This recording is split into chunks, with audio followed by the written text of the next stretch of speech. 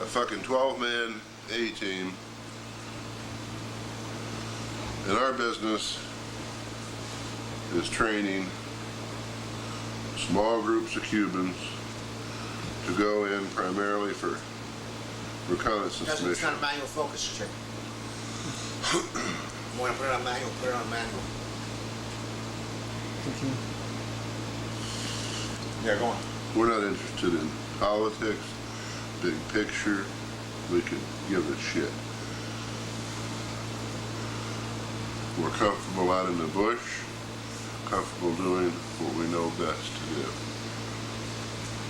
Okay. All of us are cross-trained. We're all pilots. We're all parachutists. We're all swimmers. You know, we're explosives and weapons people, intelligence people, everybody. And we could give a rat's ass about Washington or this or that, because we're still very low in morale because of the Bay of Pigs, the most powerful nation in the history of man has either intentionally sold out some so-called freedom fighters, or they didn't know what they were doing and they fucked everything up. You know, as it turns out, it was George Bundy that canceled the airstrikes, and he finally admitted it and all that shit. It wasn't, what's his name? Cabell.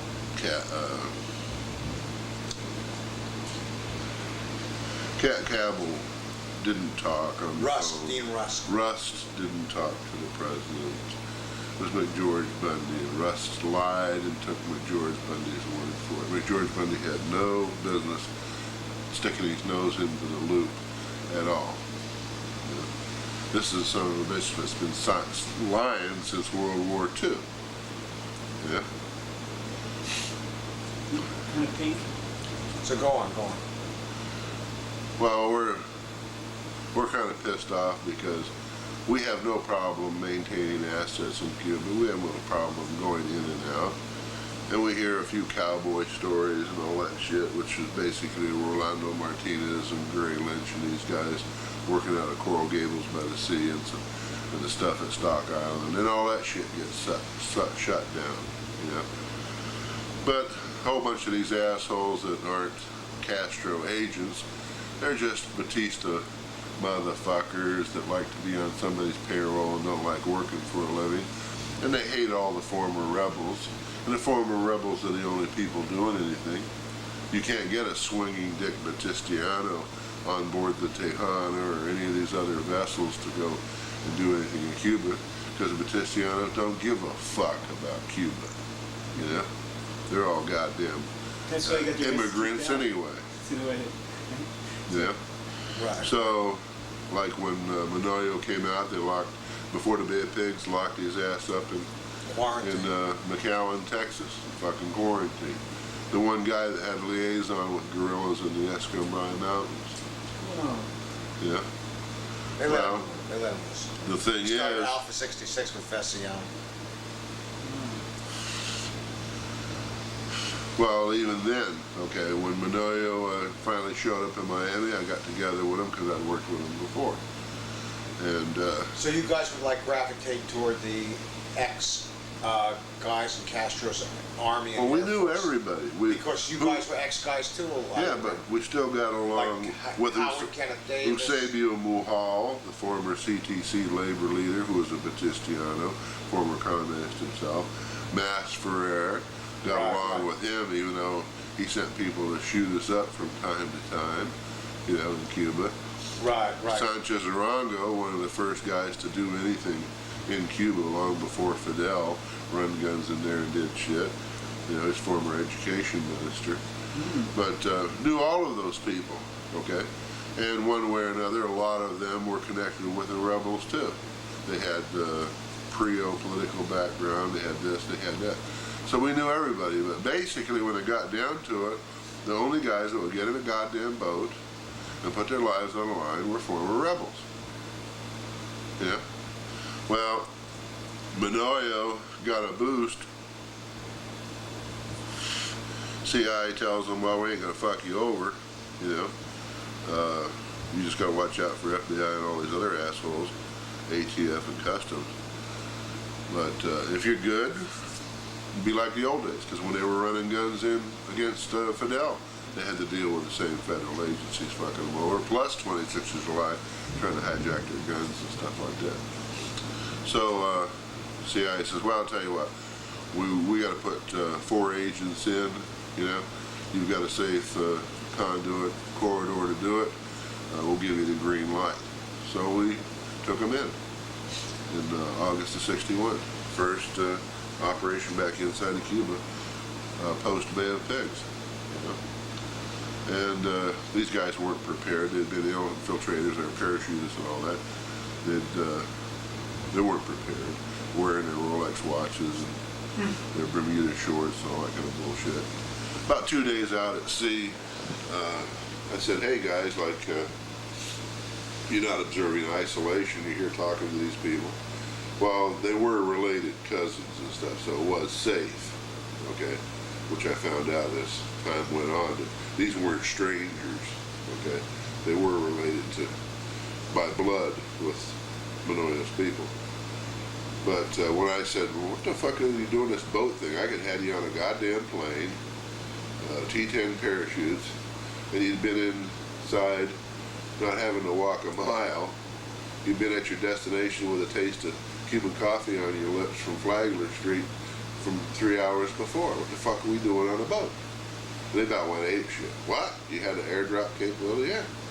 They've been told all these war stories about radar and all this war shit. They tell the smugglers about it. You know, how good U.S. radar is and all that shit.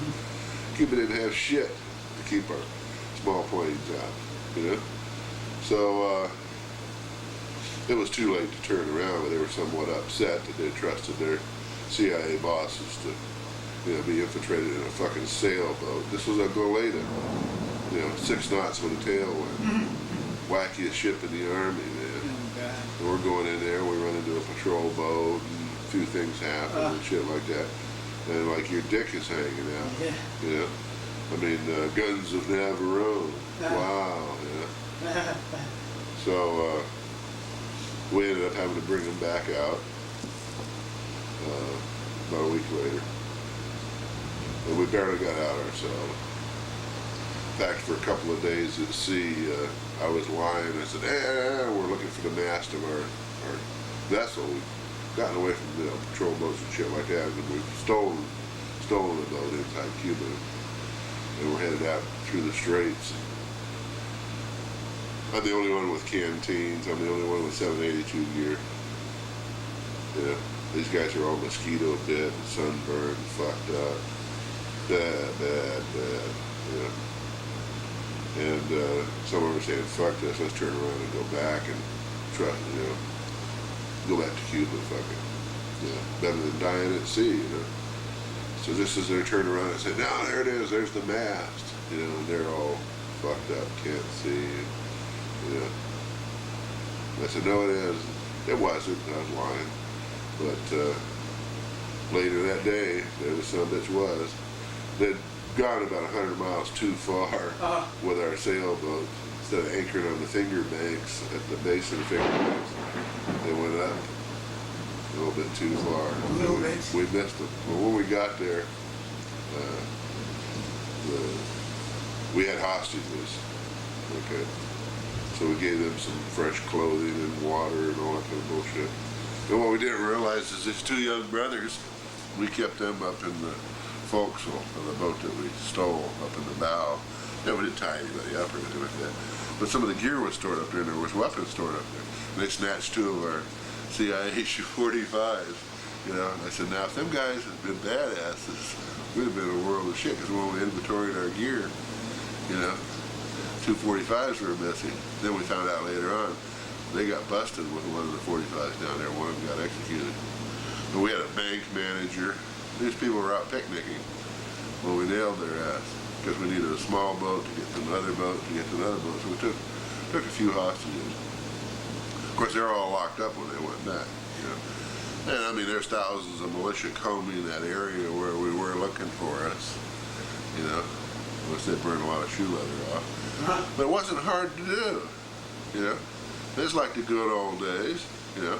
It's a third world country. It's like 50 years in the past, and you're doing shit the old way. You know, you don't need all this high-tech horse shit. You know, then suddenly here it is, 1962, and established a lot of connections. Okay, most of the right-wing connections and all that was dressing. You know, we had to cover for a certain amount of funding that was coming our way. You know, we didn't want it traced back to some of the people that were giving us some funding. So we had to make it look like it comes from some of these right-wing assholes. But I spent weeks on the road talking to people, you know, saying this is this, this is that. They couldn't believe what they were hearing. You know, I said, what do you think, the Bay of Pigs was a fluke?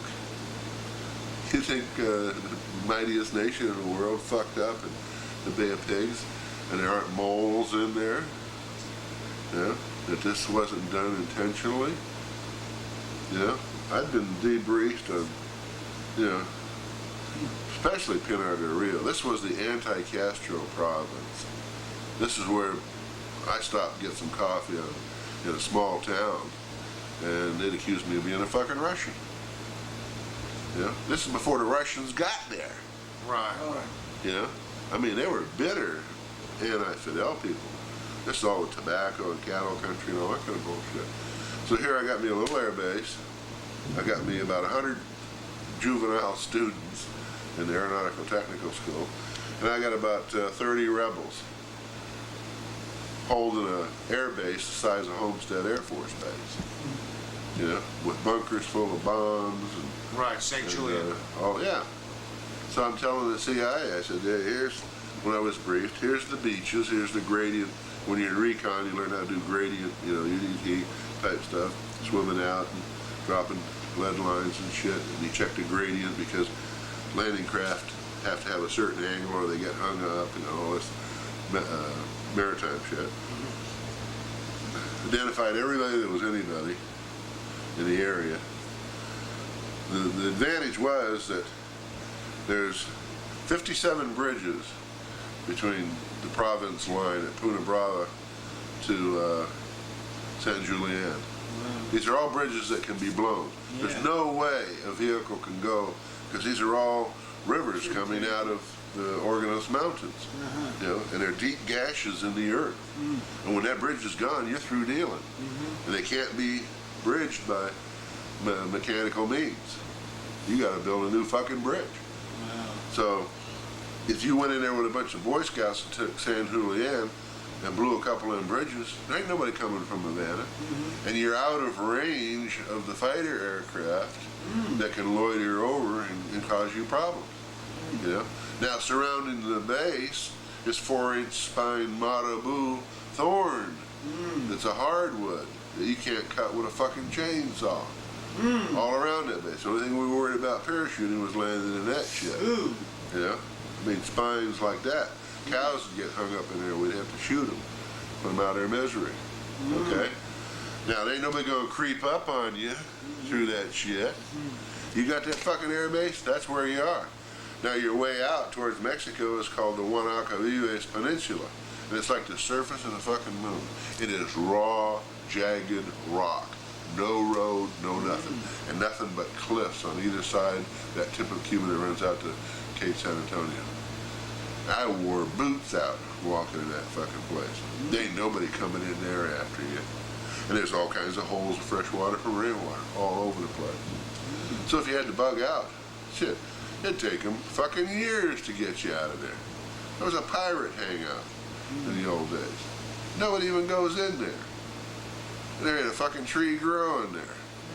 Bare lunar landscape of jagged fucking sharp rocks everywhere for 100 and some miles. Wow. Yeah? And no bays, no harbors, no nothing, sheer fucking cliffs. Yeah? So I said, hey, good place, huh? Guys, you know? You get there, they can't get you out. And you're within striking distance of Havana. Can't loiter too long, you know? What do? They go to, you know, they cancel the Trinidad thing, which I did an evaluation of Trinidad, and I did an evaluation of 100 other fucking places. Trinidad was bad fucking thing. The airstrip wasn't long enough, and the airstrip pointed right out of the mountains. It was on a jetty. Yeah, this is where Trujillo's people landed in July of '59. Yeah, the big Morgan Manoyo double Asian caper. But there was no reason anybody would want to go into the Escambray. It's not like the Sierra Maestra. There's no rainforest there in the Escambray. Yeah? But they never got to the Escambray from Zapata swamps. Yeah? First looking at it, okay, had they been trained, they knew that if they dug down 3 feet that there was fresh water, which they were never trained. We had the survivors, some guys that had made it to the North Coast and grabbed boats themselves. And, you know, we had guys that had landed at the Bay of Pigs and survived. A couple hundred of them. Mm-hmm. Yeah. And when we trained them, boy, were they fucking bitter.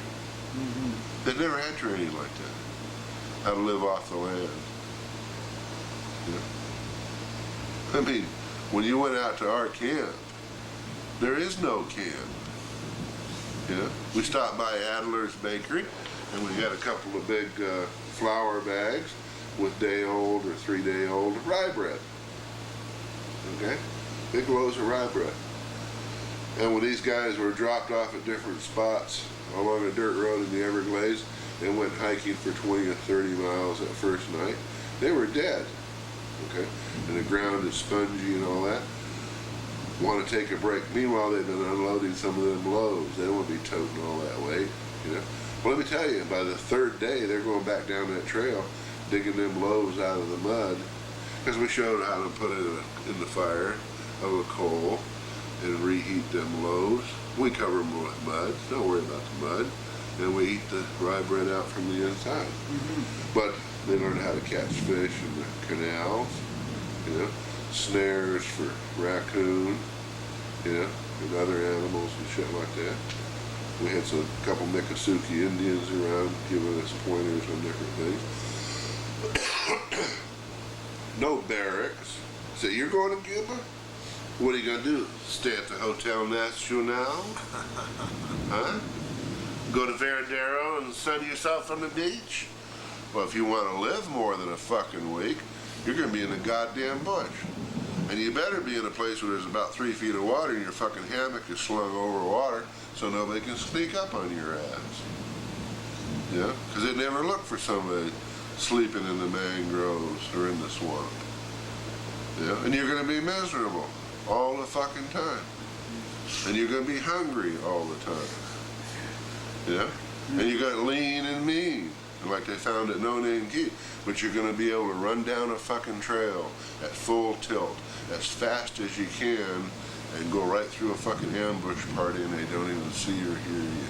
And they know you're coming. Because you're an animal by then. After about 3 months, you can run full fucking tilt. The only thing you'll do is you'll run into snakes and deer because they won't even hear you coming. Mm. And when they got to that point, they knew. They had it made. Because they were lean and mean, they could smell cigarettes from 100 meters away. Yeah. They were animals by then. Mm-hmm. And they survived. But here we are doing our small time thing, and somebody's burdening us with geopolitical horseshit. Yeah. Not of our interest. And it was very dismaying because we're discovering, hey, nobody else doing shit. It's fucking unbelievable. Ain't nobody else doing shit. So what was Oswald told in Mexico City? What was his, what do you think, speculation on that? How they well, like I said, runway watchers. At that point in time, okay, here's Oswald, he's gone through the missile crisis. Anywhere in any report you ever seen, you heard anything about Oswald during the missile crisis? Yeah, he was supposed to be with you guys in Florida around that time. No, I'm saying in any of the reports, Warren Commission or anything else, what was he doing during those 2 weeks in October of 1962? Was he watching TV? Did he know the whole fucking world was going to blow up? He was missing around that time. Isn't that strange? What did he have for lunch during the missile crisis? What was his comment when Kennedy came on TV, when our guys got on a fucking boat 45 minutes later and headed for fucking Cuba? Huh? Turned the fucking TV off and headed for fucking Cuba. Because we're the only motherfuckers knew where the warheads were. Now, who's in charge of the whole operation in the Keys? My former commanding officer from overseas, Colonel Jack Conger, Brigadier General by then. He sent a couple of his boys up, got us a bunch of photos, F-4 Phantom pilots, charts and shit, stuff like that, trying to help out. Choppers come by and drop shit off, sea rations and stuff at Notre Dame. Yeah. But still, we were fucking outlaws. You know? Why? Who the fuck was after us? We knew Hoover hated our guts because just a few months before we got in all this compromising shit on his fucking boyfriends. You know? His boyfriends? Yeah. His boyfriend, other than Clyde Tolson, was former presidential candidate's boyfriend. Our United Nations ambassador that didn't like... Stevenson? Yeah. Stevenson's boyfriend was Hoover's boyfriend too. They'd been partying in Chicago together. Stevenson was one of them too? Huh? Stevenson was one of them? Yeah. We had pictures. They were given to Bobby Kennedy. Whoa. He called his ass down his fucking office. You know, used to be Bobby had to go to Hoover's office. Yeah. There it is, motherfucker. That cocksucker was after us. Yeah, real quick. Oh, okay. Oh, Jesus. We set the shit up with our guys that were living at Cambridge Road, playing touch football with the Kennedy family. Set the stuff up, and it was handed to Bobby. Wow. So this will get the motherfucker off your back for a while. Man, too bad couldn't take him Hoover. Cost us a sea bag full of marijuana. That's all it cost. That's why it was strange, because here's Rourke, and Sherman Billingsley is one of the guys that knows Hoover's secrets, him and his old lady, you know. And Rourke is allowed to do all kinds of shit because his father-in-law is fucking Billingsley. Yeah. But we figured he's working for fucking Hoover. Yeah. See, Rourke had been busted by Morgan in Morgan's house during the Trujillo invasion. Rourke was playing newsman there. Yeah. And Morgan arrested his ass. He was coming in there going to do a big press release about how Trujillo's people had invaded Cuba in July of '59. So we knew fucking Rourke from Cuba. Yeah. Who's he working for? Who gives a shit? He was working for somebody. But see, that's a strange thing, you know. You do a scenario, a daily chronicle of where were you when Kennedy got hit? Well, where were you when Kennedy made his speech saying that there were missiles in Cuba? What'd you have for lunch that day? Because that was 7:30 at night on TV. They came out prime time, Eastern Standard Time. Where was Oswald? And what were his comments? Now the world's going to come to an end. You think this motherfucker, if he's a Soviet agent, he wouldn't be doing something? They wouldn't have him under surveillance to go see where he's going to do a dead drop or not? Because they'd have their people running around, see how many 82nd Airborne people were on the fucking highway, how many planes were flying into McGill or Homestead, you know, how many of the Hawk 4B missile batteries were being set up where. The only thing we had, okay, now we got Patriot. The only thing we had to take out them MMRBMs, see, all them anti-aircraft missiles set up in Cuba weren't for planes. They were for the missiles. The Hawk 4B can take out a fucking missile. Wow. Nobody knew that. Wow. Yeah. Later on, when they constructed the permanent site, guess whose fucking construction people did all of it until we went to fucking North Dakota and did the anti-ballistic missile silos.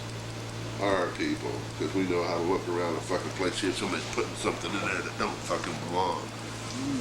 Up in Fargo or out here on the sites here. All of our people were construction workers too. Yeah, explosives. Oh. In the reinforcing steel.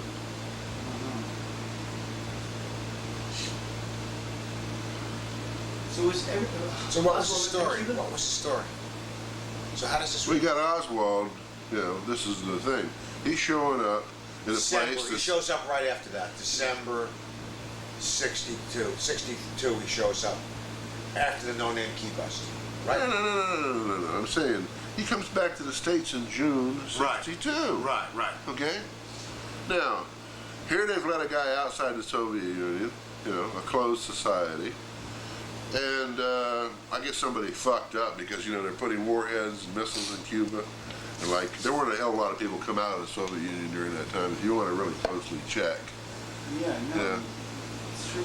I mean, they started shutting down in the Soviet Union. They didn't move a lot of troops around or do anything real fucking fancy. But boy, their intelligence system clamped down tighter than shit. You know? Now, we had people that were putting disinformation out of Cuba. We had Castro agent type saying, oh yeah, there's Chinese and missiles all over the place. That started in February. Until people got tired of hearing it. You know, crying wolf. You know?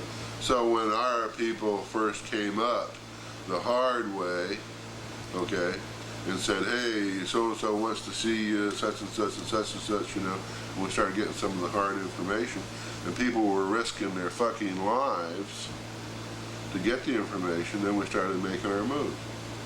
Yeah. The first thing we found that nobody in the United States government gave a shit. That scared the fuck out of the governor of Florida and his military people.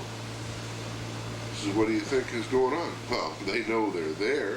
If they don't know they're there, we're through dealing. And if they know they're there, they're going to wait until the fuckers are ready and then do a preemptive strike on their ass. Now we're in World War III. The governor's sitting there with his mouth hanging open. These people would allow that shit to go on just so they could fucking invade Cuba? Yeah. Or worse, they don't know they're there.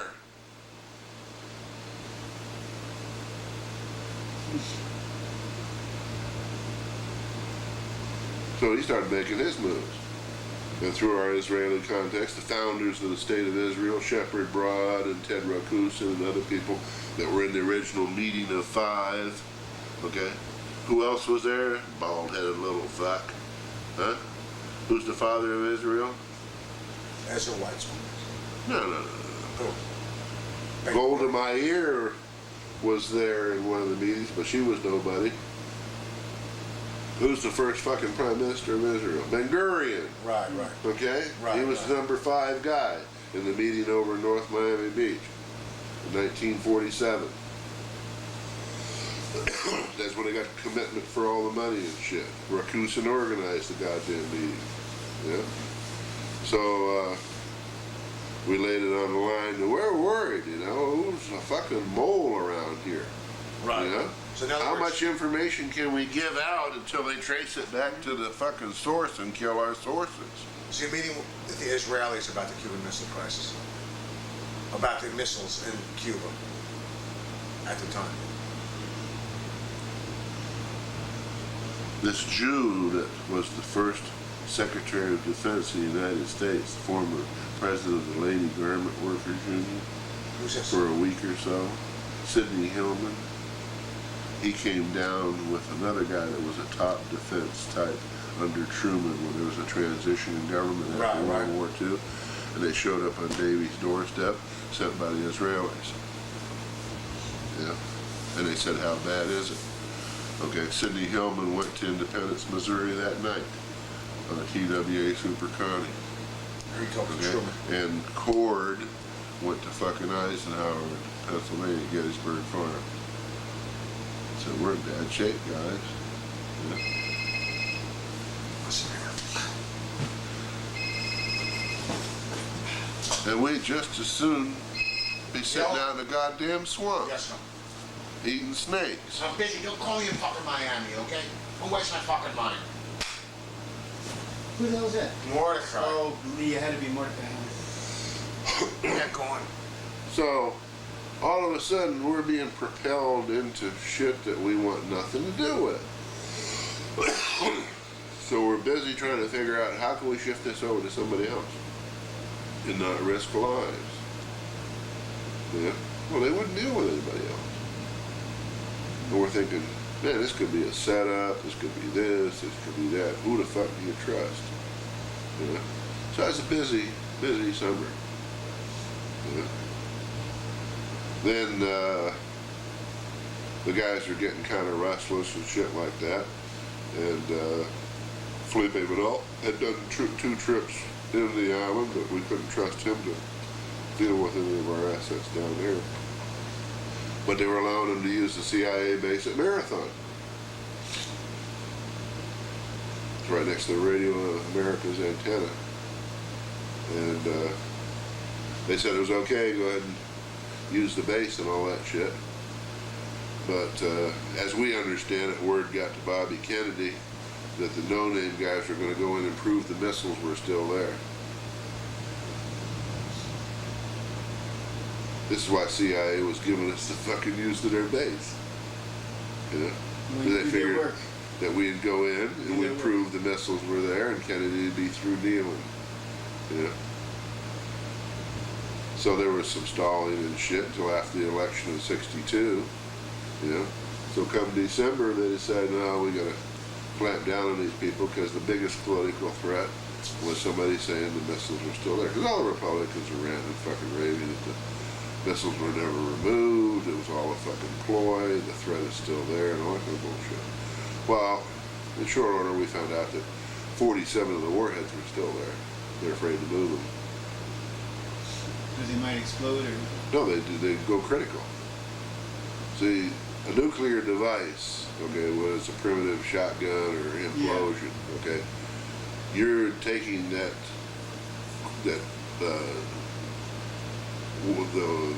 mass, you're taking it to critical mass, okay? Just before you set off the explosion and all that sucker, there's blue light all over the place, okay? So you got a trigger in there. The Soviets used tritium, okay? We used a plutonium trigger, which is safer, okay? So you got, now you don't use the, oh shit, you get fucking metal blocks on it. Well, anyway, when the trigger starts deteriorating, you're looking at a Chernobyl type meltdown of a warhead. Okay? It's not going to go off like a nuclear device. It's just going to spread radiation out. It will explode. Okay? When it goes through the meltdown, stuff like that, and it is going to explode. It's going to be so fucking hot, it's going to hit groundwater or something like that, and then it's going to explode. Or it's going to hit something that's going to set it off. So it's not going to be a nuclear blast, but it's going to put out a lot of fucking gamma. Oh, shit. See, we're losing track of the fucking point here, you know, because what I got to do is I got to put small bites of you know, hemming onto this thing. So if we get into long involved... Well, have you seen a file yet dealing with a missile crisis on us? No, I just saw... Why would we be targeted? We had key fucking people in the United States government knew we were the only fucking people that brought out the missile information. Okay? Now, what were they doing at that point in time? Were they providing us cover? No, or were they fucking with us? They were fucking with you. They were fucking with us. Okay? Now, who was giving them fucking orders? Yeah? Who were they working for? Fucking moles. You know, the biggest threat. Yeah, these people have their own fucking agenda. They ain't loyal communists and shit. These are fuckers that like their lifestyle. And they've been in there for fucking years. You know? Now they gotta cover their ass. 1995 or 1965, they gotta cover their fucking ass. Okay, so October '62, was that like the last straw for the, you know, anti-Castro people? Because what I found in the archives was a reference to some secret agreement between Kennedy and Khrushchev. Yeah. You know, I found this one unmarked It was document. an understanding, You know, it says, that no you know, a U.S. handwritten troops, thing. no U.S. troops would stage a conventional invasion. No U.S. air power would be used to support any type of unconventional operation, as far as they went. Fucking meaningless. It gave Khrushchev something to give to his people. Evidently it wasn't enough because they kicked him in the fucking ass a year later. Yeah. But you have all this shit going on, okay? Now, throughout 62, you got people that have put word on the street, okay, during the missile crisis, okay? And just before the missile crisis, there's people wanting to take Kennedy out, okay? Now, what were these people doing as Armageddon was approaching? Was there a plot to kill fucking Kennedy during the missile crisis? No, I don't. Did they think that they'd been sold out, or? I think the missile crisis was the last straw, you know. Well, he's got a test ban treaty. You're talking about some bigger than Fortune 500 fucking corporations that build nuclear devices that only audit themselves every 6 years, you know, like Rockwell fucking Standard, Rockwell International, now EG&G, that get fucking tens of billions of dollars and nobody checks on it, you know, and they're at fucking up in the flats and outside of Denver at fucking Hanford building these fucking weapons, and nobody's checking on them. So in other words, And every time one of them suckers is tested, you know, there's a couple billion more goddamn dollars. So what's the story? Why'd they tell Oswald his mission in Cuba was when he was trying to enter Cuba, you know, in September and October? Well, if they were telling the truth, a hit on Fidel. A hit on Fidel. Yeah. I mean, you can call them runway watchers, just getting somebody inside, okay? We had people going in and out of Cuba semi-legally all the time, you know, through Mexico, and some through the Bahamas. So now you say they told him it's a hit on Fidel? I doubt that they would say that. Because Hemming stated that Oswald would I not doubt have that been they an would say actual that. assassin in a plot against Castro. He's not a fucking shooter, he's a snitch. You don't do that kind of shit. The guy would never fucking go. Knowing that, the risk, Yeah. you know, the idea is, okay, when you look out this window, you're looking at Havana, okay? Cars are a little older going down the street, and there's Right, fewer right. and all that kind of bullshit, okay? To do a hit on Fidel, you gotta have runway watchers. You gotta have people in different parts of the city that, for a guy that leaves no pattern, I see. They doesn't take the spot same him, I route, see. okay? Right. And try to set up an event. Because Castro would show An up like... explosion, or Right. some guy, you gotta prophesize where this cocksucker is gonna show up and start running his mouth. Because he had no Okay. routine. Forget 26th of July, January the 1st, 13th of March, any of these fucking holidays, because he could show up anywhere. No, you got to have some fucking runway watchers in there that can pinpoint where this sucker is going to be, and where you got about a 3-hour window so that people can get their gear together and do the Get thing. over there. And get over there. I see. Now, they've got to be in country legal, Right. okay? Now, the fortunate thing was, like I told Krulak, okay, in the first week of March of 63, or the Pentagon, I said, you guys are bitching about all these people going into fucking Cuba. At first I thought he wanted me to snitch on my own fucking people. You know? Well, how about these Cubans? You know, they're causing us a lot of problems. And I said, you talking about freedom fighters? Exiles? Oh, no. We're talking about the pro-Castro. Wow, that's good, because I've been fuck out of here. I ain't ratting on my own goddamn people. Yeah? So, no, there's a big thing with the president about this shit, about these people coming through Mexico City. I said, well, take pictures of them. The Mexicans ain't gonna do a fucking thing for you, okay? I mean, you're gonna have to bribe some fucking people, but somehow, legally, in the DF or at Merida, there has to be some immigration Mexican motherfuckers that can't be bribed that will take pictures of these fuckers as they get that little insert put in their passport. Because their passports aren't being stamped, it's put on a separate piece of paper with a Cuban, Republic of Cuba letterhead on it, which is very fucking handy. Because we can use other people's fucking add-ons. Because it doesn't have a close physical description or a photograph on it. You know? So you guys take the fucking pictures, okay? And that'll thwart a lot of the left-winger assholes like Weberman and all them people that want to go to fucking Cuba and be fucking heroes. Right. You know? They won't want to get their picture taken. So that you'll know they're either stupid people or important people, okay? But the only way to get into fucking Cuba and be there when somebody checks you is you got to have that insert in the passport, okay? Stapled in there, that you got in Mexico City or through the Czech embassy. But it doesn't have a close physical description of the bearer.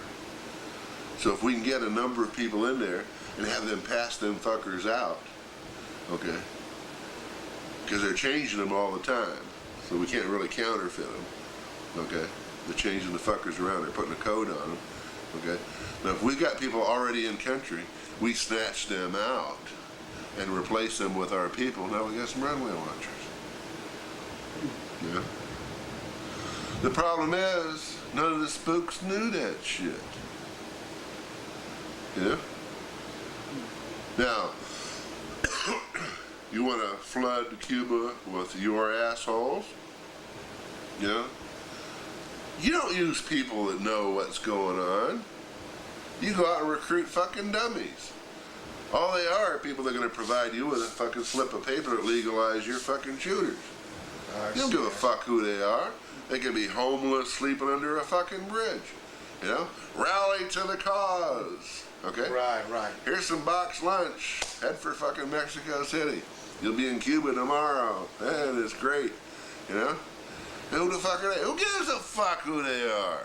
Peace marchers or shit. You know? Who gives a fuck who they are? We know where they're going to be living. Then we're going to get their fucking passports. We're going to get their shit.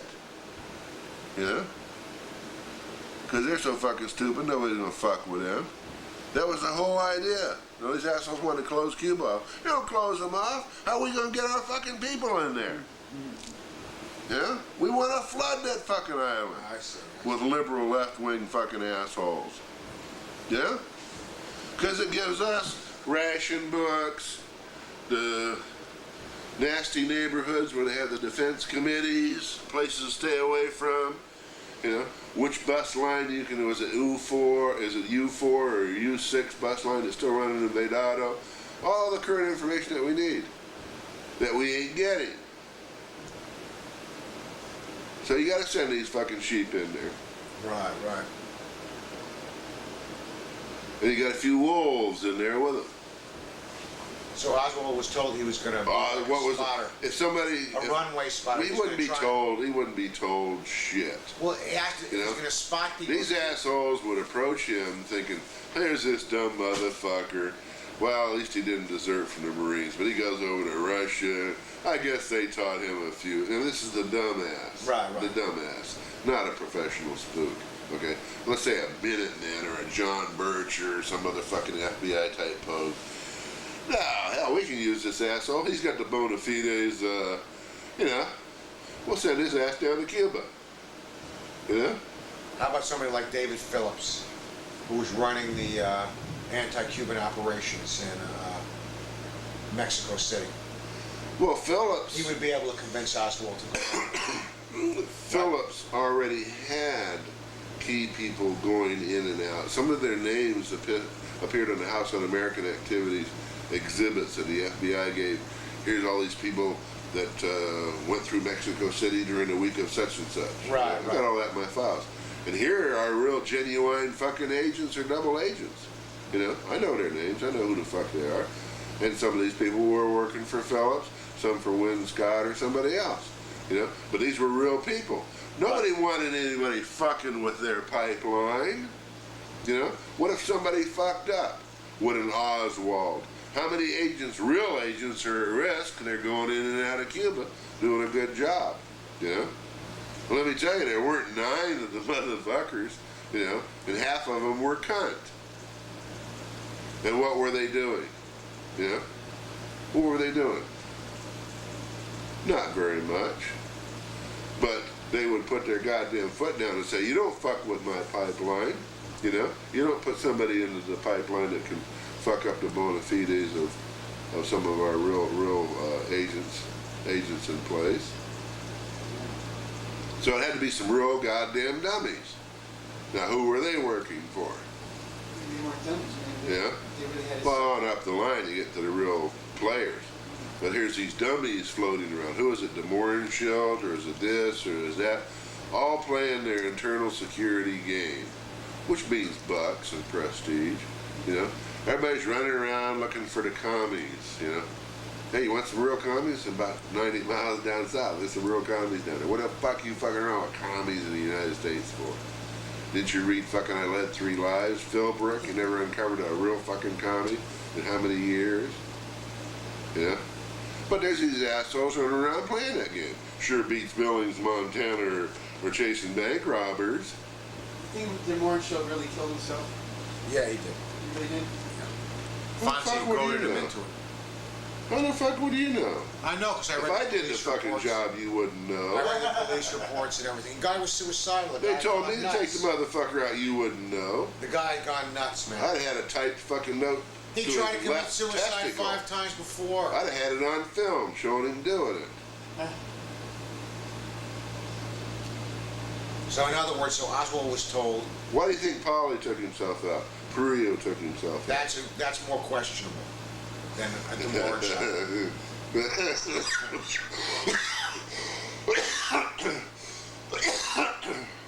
So Oswald was told he was going to be he was going to be like a spotter.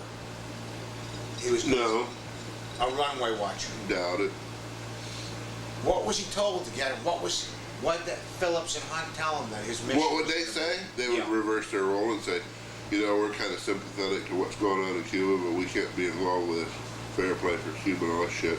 But we represent some businessmen that if things could be changed in Cuba, like what's going on today, we could all make a lot of money and the world would be a safer place and all that shit. And you could be very helpful if you could go in there, you know, and report to us accurately, you know, what's going on there, you know? Right. What's the mood of the country, you know? How's the economy look and shit like that? What does it cost to buy this? What does it cost to buy that? So he was just told he was going to do low-level stuff. No, what would he be told by Hunt and those assholes? That's what Yeah. he would be told. Be brought into a fucking plot where he's at risk to his fucking life? No, they wouldn't do that. Yeah. Because nobody would go. Right. But Oswald was a crazy guy. He would, you know, he was He's a doing crazy business guy. with- Going to Soviet He's an Union. Airedale. He's an Air Wing Marine that was a radar operator. Must be a real crazy guy. The only reason he was on the Tiger bike list is because Marines are the only ones that could jump in, go in behind enemy lines Yeah, with the recovery systems necessary for the work inside the Soviet He Union. wasn't Because cra- Air Force wouldn't do it. Shit, they wouldn't climb off of a fucking plane. But if he wasn't Yeah, a crazy and guy, who else has GCI? The Navy? Well, they're carrier. Yeah, but these Navy guys are going to go behind enemy lines? No, you send the Marines, but you don't tell them. how about the Derringer? You don't tell them. Did you tell Yeah, you Oswald? don't even tell them where the fuck they're at. How about the Derringer that Oswald had at Atsugi? Phony shit. Did you tell him, like, was he part of your crew down there and you told him to get a Derringer to do shit outside? What's the this home? guy been smoking? Nothing See recently. him doing that and nothing that. If they had, Half a joint this morning, okay? if somebody knew that Oswald was on a lengthy bigot list, okay, he's on an unknowing bigot list, okay, he's been selected for his talents. First, he's a Marine. Second, he's a GCI controller, okay, and that he may be on a penetration operation if a preemptive strike is required.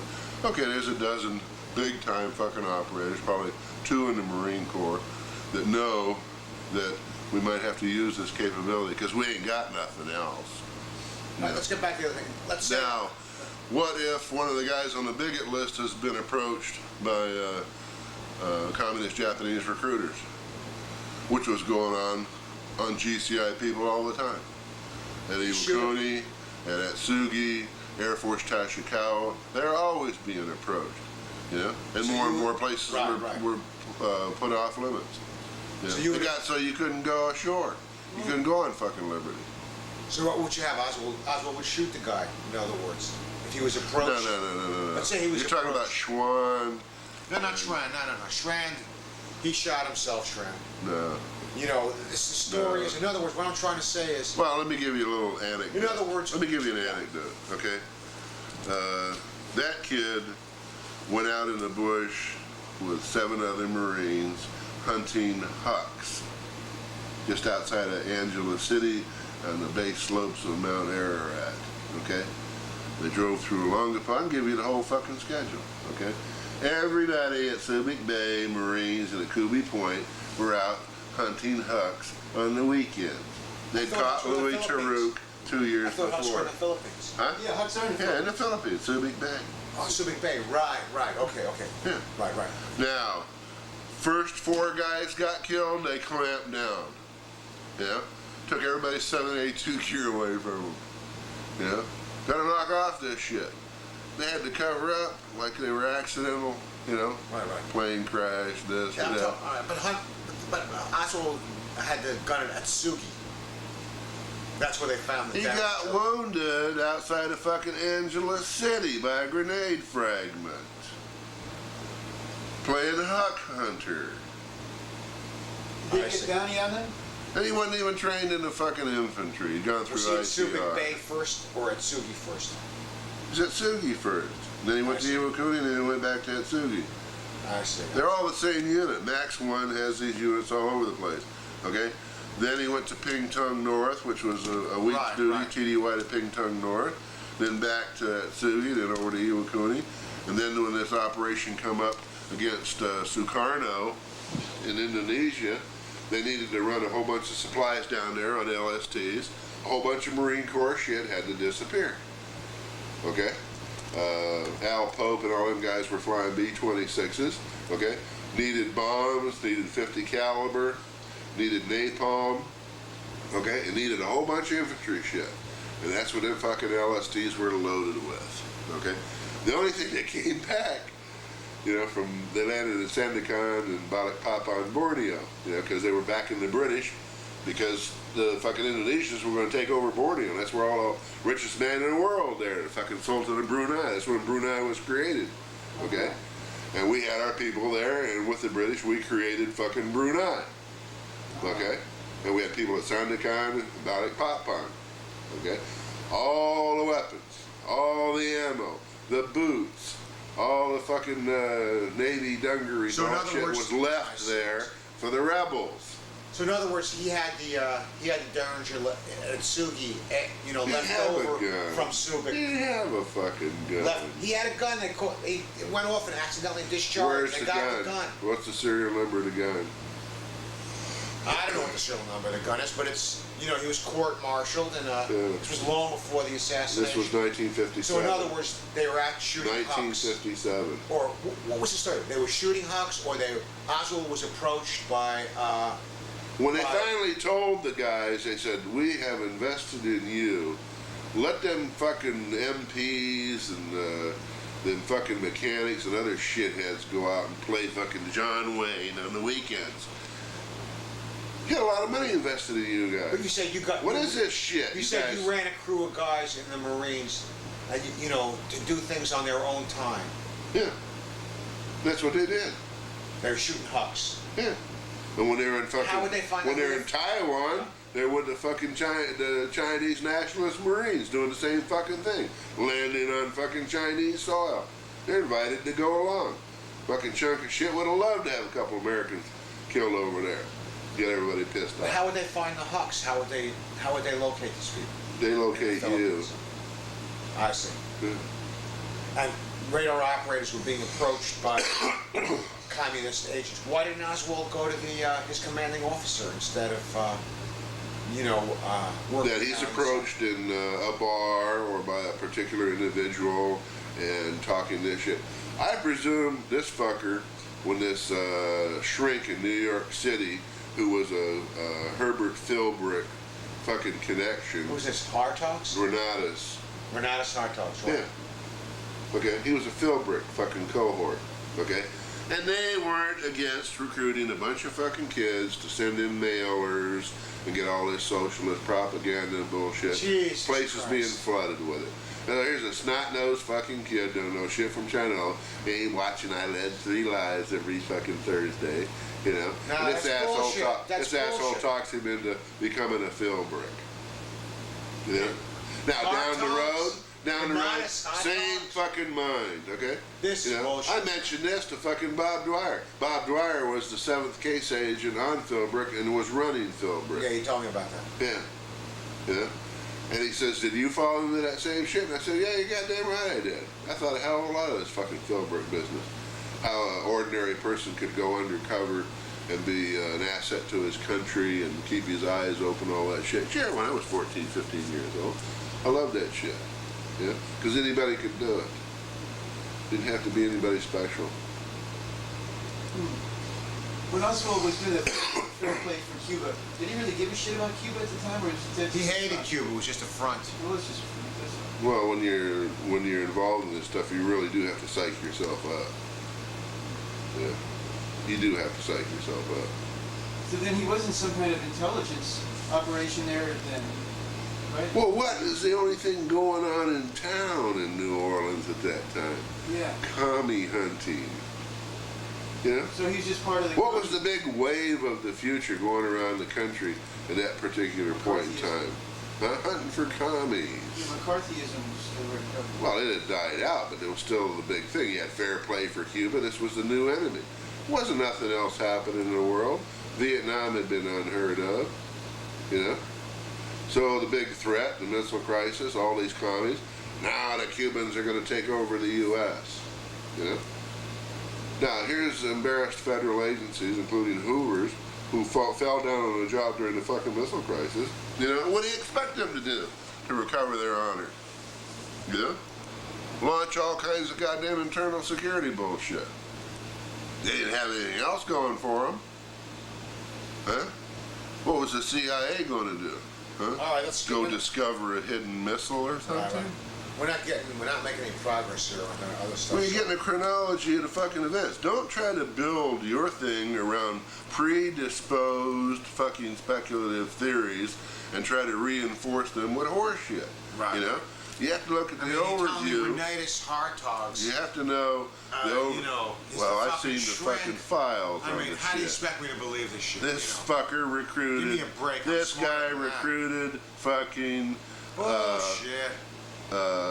fucking Oswald. All right, so you November 23rd. He was a wee wagger. He played with little boys fucking wee. No, he didn't. He was a heterosexual molester. He got busted for. This guy argued with you about the time of fucking molested day. fucking woman patient. Give the guy a break. Okay, November 22nd. You were home November 22nd and heard the news of Kenny's death on the radio. Yeah, my goddamn TV had burned out. So I had it turned on just listening to the shit, the news. Couldn't get anything on the fucking screen. And you went to the newspaper right after. No, I went about 5 bungalows over to Al Kennedy's place. Wasn't nothing on the fucking TV. And come on. You said, What's happening? So as I'm talking him into giving me a ride over to the Miami News building, it comes on, he wants to stand there and watch the son of a bitch. I said, yeah, give me a fucking ride. And you went and you saw John Martino that night. And Martino was asking you stuff, and you said, I ain't gonna tell you shit. Well, What kind of stuff was Martino asking you? by then, the Oswald name is floated up, and the phone's ringing off the hook and all that shit. Yeah. I finished up with Bill Baggs probably within an hour. Okay. I called Lester Logan Dallas. He confirmed that Hall had been there at least the day before. And I told him, fucker shows up on your doorstep, he's coming to kill you, better blow his fuck ass away. But Hall has a good fucking alibi. He was at some medical supply house. He has a bunch of witnesses who were impartial type witnesses. So Lester was wrong. Yeah. So I told him, I said, the fucker's there and he's got my scoped rifle. He's a fucking nut. Right. He might be involved in this. Right. Okay? He might be cleaning up witnesses. Right. So if he shows up, you know, Blow his ass away. there's a bunch of police cars chasing him, blow his ass away. He shows up and there ain't a bunch of police cars chasing him, blow his fuck ass away. Okay, now, Got a chuckle out of Lester when we were making the JFK movie. We went over and bullshitting with him, and Davey was reprogramming his okay, now, computer. so you so much. That's just funny. Yeah. Okay. And Lester, there's me, Davey, and Hargraves, and we're sitting in his office, and Lester says, hey, how's it going with all this movie stuff? You guys movie stars and all that shit. He says, I got some serious business. I got about 5 congressmen I want you guys to fucking get.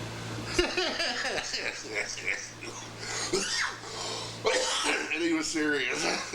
Okay, so you saw Martino cut. You Problem saw I didn't have Martino that night. I didn't have the wheels, okay? So I had to get with somebody to get me a ride and drop me over to Martino's.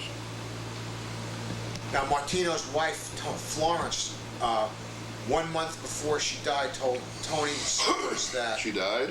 Yeah, she died. I didn't know that. She told Tony Summers that Martino had told her on the day of the assassination, Flo, they're going to kill him. They're going to kill him when he goes to Texas. So Well, Martino obviously had some kind of foreknowledge of Well, it. we had discussed... And there you are meeting with the guy on the night of the assassination. We discussed with him when we finished up that airport thing, protecting JFK. Right, right. On the 18th, Right. I was over with Martino that night. And he told me how Sturgis had been there, and he had been to the airport, he'd seen us. He says, what is all that, you know what's going on? What is that all about? You know, what do you think is going on? I said, these stupid fuckers think that there's Castro agents in here that are going to hit the president. And he said, I think they're going to hit him. I don't know who it is, but I think they're going to hit him. I said, we don't feel good about it. We haven't felt good all goddamn day. And what's this shit about Sturgis going to fucking Dallas? He called up Felipe Vidal, and I had to use, I called Felipe Vidal over to, I needed a ride, okay? And I called Felipe, yeah, go ahead. I called Felipe and had him come over to Martino's house. And I hadn't seen him for a few days, and he confirmed that Sturgis had approached him to go to Dallas, meet these money people, and all this other bullshit. So I said, there's something wrong here, Felipe. I said, you know where the hell we were today? We're at the goddamn airport providing security for the president. Something going on here. Martino is real. So the caravan to Texas was around, took place after the 18th, after Kennedy's visit to... the next day. The next day. Yeah. Okay, on December 16th, 1963, Henry was interviewed in connection with another matter. He told the FBI he was interested in setting up another training camp. Bullshit. But his group, which had only 6 members, was in Bullshit. Bullshit, he said that right. Yeah. O'Connor came by himself, which he was prone to do, because there weren't that many people working in his division, which was agents. Okay, O'Connor focused on Castro agents, KGBs, and all that kind of bullshit. Dwyer was over on the other side. Right, right. So O'Connor came by and said, you know, Dwyer and a couple of other guys are going to be coming by. And what do you think? Do you think any of the Miami people could have been involved in this? I ain't got a fucking clue. There's some weird shit that happened. I ain't got a fucking clue. Yeah. He said, well, when they come by, they're probably not going to ask you too much shit anyway. But I wouldn't volunteer anything. So he told you to keep your mouth shut, basically. They didn't want to know right up front. Well, it's going to fall on their ass. Right, right, because Yeah. they're supposed to keep track of the shit. Well, they know I'm the one that has his fingers on every fucking move that's going on. Right, right. They already had the Donald Branch military shit in all their fucking files, you know. And then O'Connor had heard that George Davis had come by and recruited us for the airport detail. And he asked, well, how many times you dealt with George Davis before? Never. First fucking time I ever saw him in my life. This is not usually done that way. There's something strange here. Okay, then, you told me I was in Angleton's home after the assassination. Davis was organized crime, which was a phony fucking division. Okay, Hemming, I was in Angleton's home after the assassination. He ain't got no Secret Service parked in his That's driveway. months later. Right, months later? Yeah. Okay, we didn't discuss a goddamn thing. That's when I was up in March '63, when I went to see Krulak, Sterling Cottrell, the military agent, You the tell me president, after when I this- went to the East Wing of the White House. 64, you mean? No, you told me I was in Angleton's home after the assassination. After That's the what you missile, told me. After the missile crisis, I saw Angleton one fucking time in March of '63. Okay, the next time I saw him was in '64. Okay, that's after the assassination. Yeah, probably January or February. That's when we started shutting everything down because they decided to go with our Team A and this Nicaraguan camp and these raids and all this other horse shit.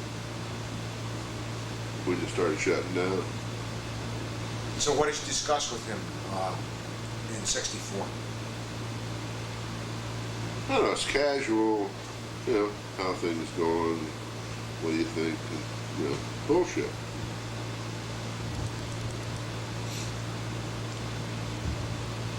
I mean, we're not talking James Bond bullshit. It's just like, you know, how's the family, how's this, how's that, you know, what have you been doing?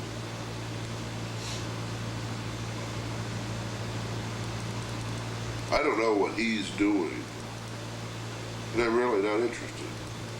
It's just touching base. You know, I decided to shut down. I said I'm shutting the motherfucker down. All right, here's the story on this, Jerry. I was back in active duty in the Army Special Forces in August '64. That was at, what's that camp? That's what I told him I was McPherson. going to do. That's Fort what the fuck I McPherson. told him I was going to do. But then the fucking FBI sends a whole bunch of reports to Fort McPherson, you know, on you, saying that you're disreputable, That's this, for my that, and security. the other thing. Trying to fuck up my security clearance. Now, did they kick you out of that, out of the Special Forces I after spent the 3 FBI? years. Spent 3 years in You mean from '64 to '67? Yeah. You were actually in a military, in a camp there on active duty, away from everybody, or on reserve? On and off. On and off. On and off. I was on the rifle team, so I had an M14 fucking rifle in my home and about 10 cases of national match ammo. And I could draw a vehicle anytime I wanted to. Usually a 2-star general vehicle out of the arsenal at St. Augustine. I'd go driving to Benning or anywhere for the matches and people saluting. I'm the general's driver. I was top shooter, so they treated me good. Because they made a big, you know, they made a 30-page document on you. The FBI put every goddamn derogatory thing they could find about you, and they sent it to That's Fort 65. That's when the Dominican thing was coming They out. sent it to Fort Pearson, Georgia. They sent the copy to Fort Pearson, Georgia. They around the same time. They started getting pissed off because first they shut all the Special Forces guys down and said no more fucking black operations. Do you have and any all that records shit. of your employment by the Special Forces at this time? I got my discharge. You have it around here now? Yeah.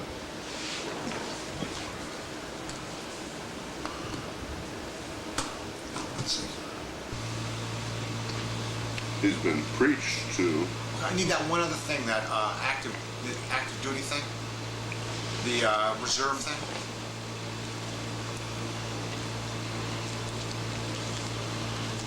Now, he would have in his possession, memorized usually, contact telephone number. And the only one close to that is a phone number they found encoded in his phone book, which went to area in North Carolina near Chincoteague, Virginia, which is a SEAL base now. But back then it was a task force, Navy task force operation, intelligence operation run by ONI and some other people. But it's a SEAL team base now. But he had the phone number to that place when he was caught. The 919 area code. You mean November 22nd when he was caught? He had that? Yeah. They didn't have area codes then. And the reserve team. What was the conjecture on why he had that? You want to figure it out? No. The only time that the number came up was when he asked for the phone calls. And the lady wrote him out while he was in jail. He called that number. That's what called attention to finding the number encoded in his book. When he was in jail, he called that number.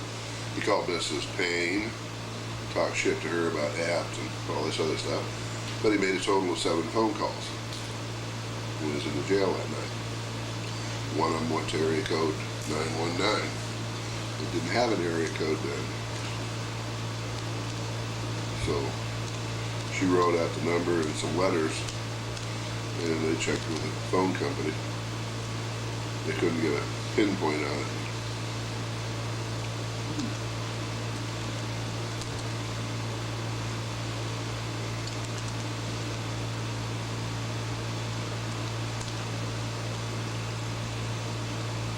Usually if you can get near a government facility, you can get on Autobahn and use the government phone system. So I look for Autobahn numbers in his book and all that shit. You got a different number of digits on it. How do you mean, but Marina? You know what Autobahn is? Autobahn like a highway. Okay. See, this is what you told me, that you were on active duty with the Army Special On Forces. and off This is active reserve duty. No wonder you were able to do all the other stuff around the same time.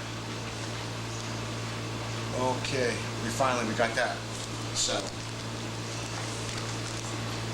Because you were in the reserves, I can't see you, doing all this other stuff. So, on August 28th, Rankin asked Hoover to clear up the audio incident. Hoover suggested that his field officers worked the mental illness angle. In other words, saying that Soviet audio was nuts. The FBI reviewed the audio, but she stuck to her story. The FBI interviewed her brother. On September 18th, they interviewed Cisneros.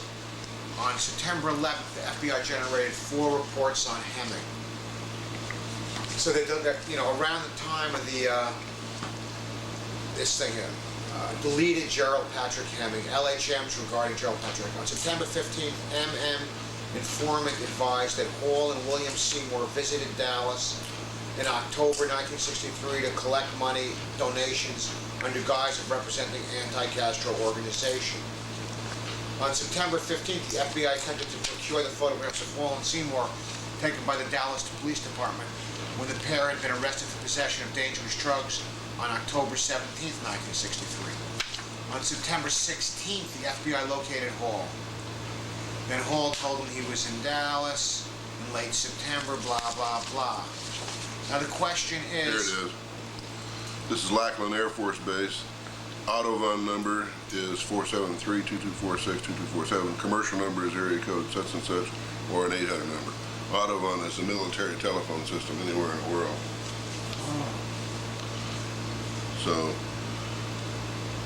you'll have 3 prefixes, but you'll only have 4 numbers.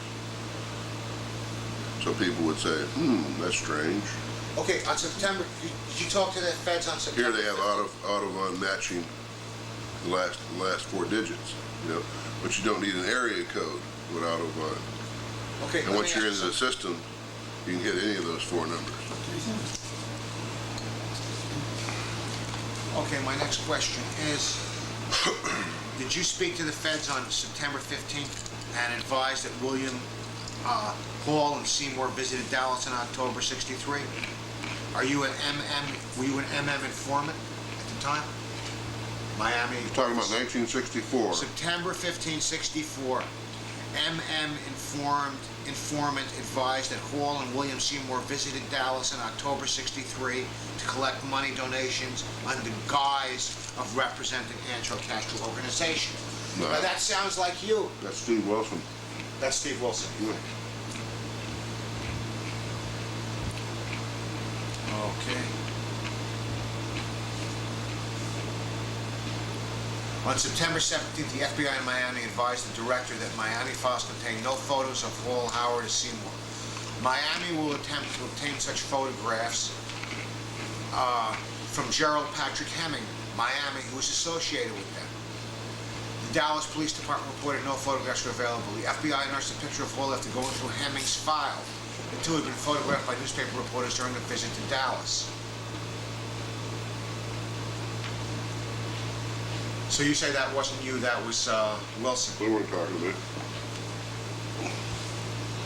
Remember, I went in to Special Forces in August of 64.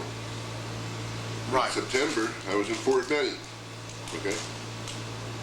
I went to jump school for the 2nd time during October through December. I'm on active duty throughout that period.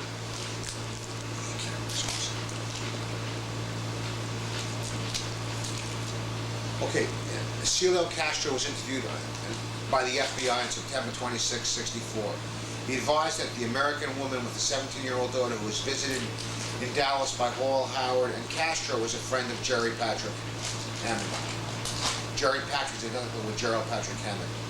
The Miami office will interview Patrick in an effort to determine the contacts of Hall and Howard while in Dallas. So they never interviewed you. Not while I was in Special Forces. Stayed away, like the plague.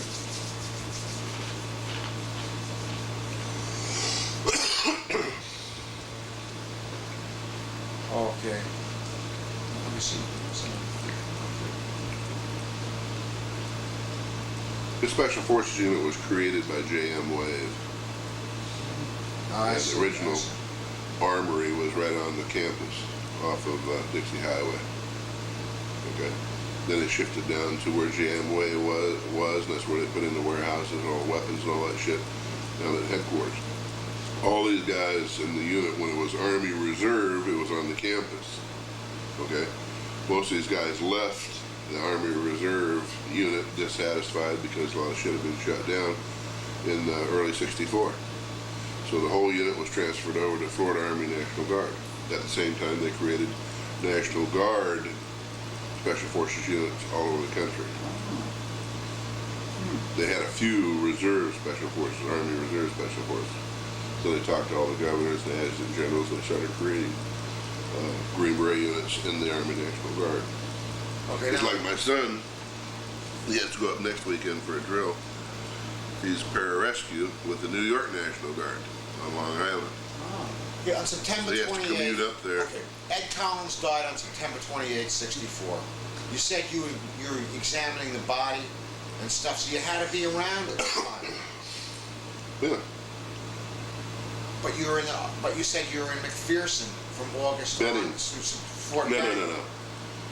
I'm officially in the unit in August of '64. Okay, I go on temporary active duty for 3 or 4 days, sometime during September for the rifle team and pistol team stuff. Then I'm back. The only time I'm solidly away in Fort Benning is during October, November, December of '64. Like it says, I got my jump wings here. When the award was made, under what orders? Parachutist badge, 2 Right. December '64. Why do you get a parachutist badge? You got to go to fucking Benning. Right. And it takes weeks. Okay? So I finished 2 December '64. So where the fuck was I for weeks before that? Yeah, but You how learn about how to the read police this report? shit. How about the police report that you were? Gelber's police report that you were out in the boat with Ed Collins, Steve Justin Wilson, and that Russell Wilkie. And the guy went to retrieve a dinghy and never came back. They put you out on that boat. What's the date? Police report 9/29/64. They have you out on a boat with these guys. You see, I got this. What's the date of his death? 9/28/64. Okay.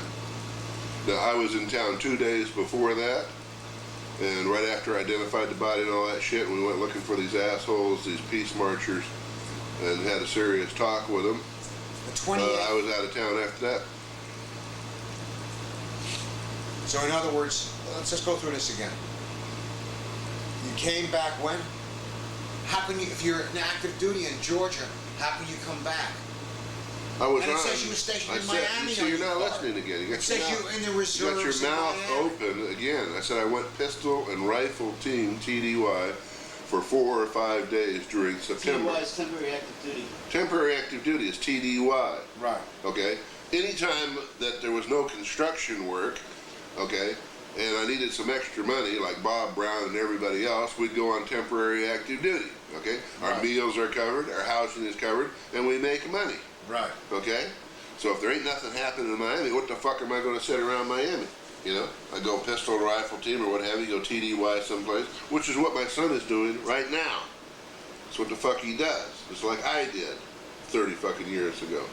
Now, I remember coming back in town and Captain Milton, who was housing Collins, said, you better talk to your boy, he's fucking around with these peace marcher assholes. Right. The peace marchers had come to Milton probably steered by the cops, to put some money on a vessel. He's a marine surveyor, and a drunk. He's a Swede, Hans Guda Milton, okay? So I said, I don't know shit about that. I got more fucking important things to do. He's going to get in trouble.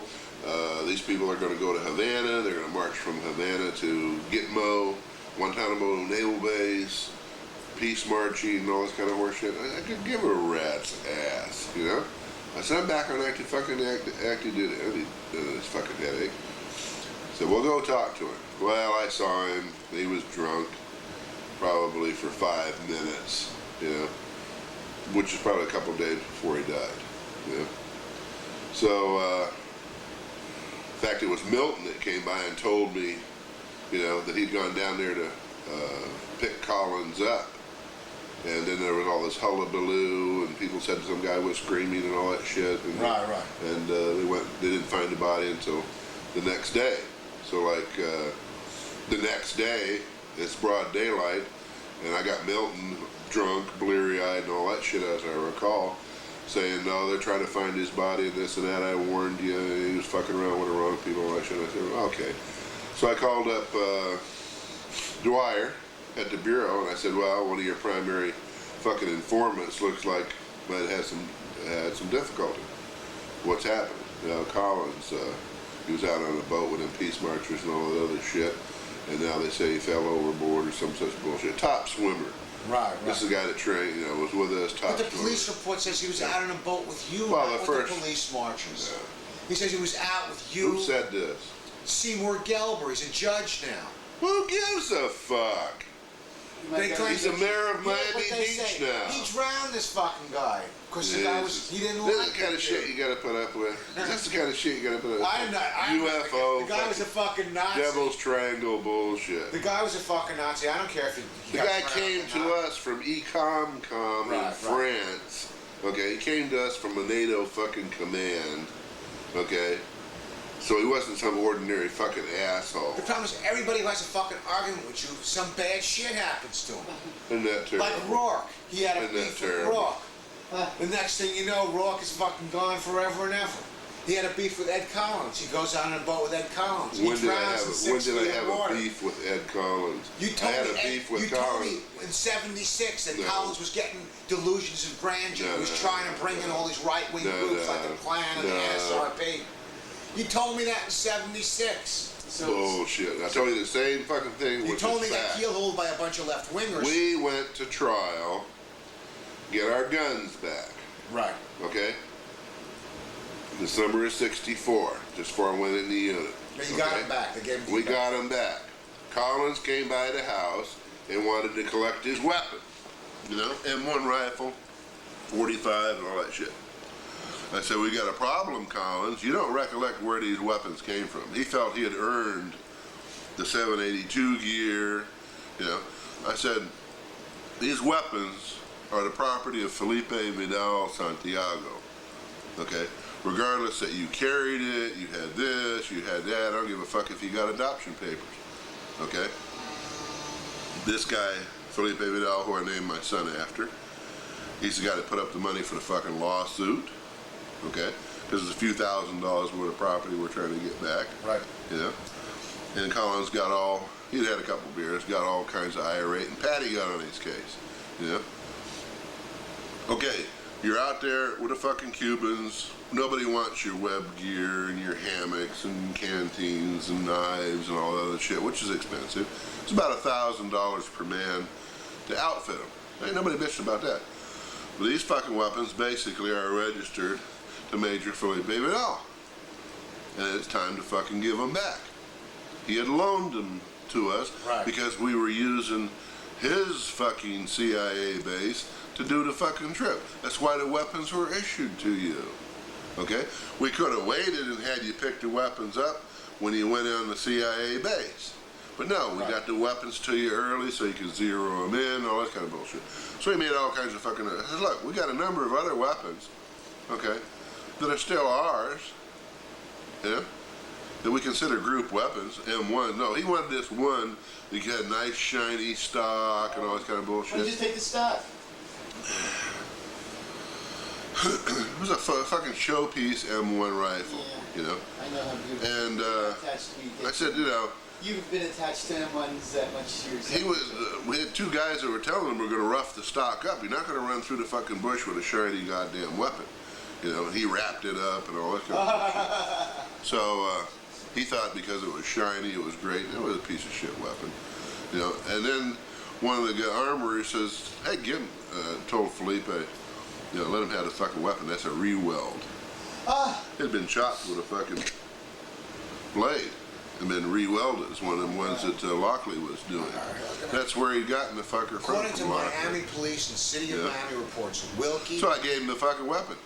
He says, how come a sudden change? What were you guys talking about? What's this weld shit? I said, I ain't gonna bullshit you. Look at the fucking receiver. This somebody's been whacked with a goddamn cleaver. It's been re-welded. It's one of Lockley's weapons. Plus, the guy's going to be dead in a couple of days anyway, so you might as well let him have the weapon for a couple of days. You know, Collins was a valuable, not fucking bullshit, whatever. When Collins was a valuable fucking asset and put his life on the line, he was on the fucking boat. Right. You know, first the boat sank, and then the boat that fucking exploded with Dickie Chappelle on. Right.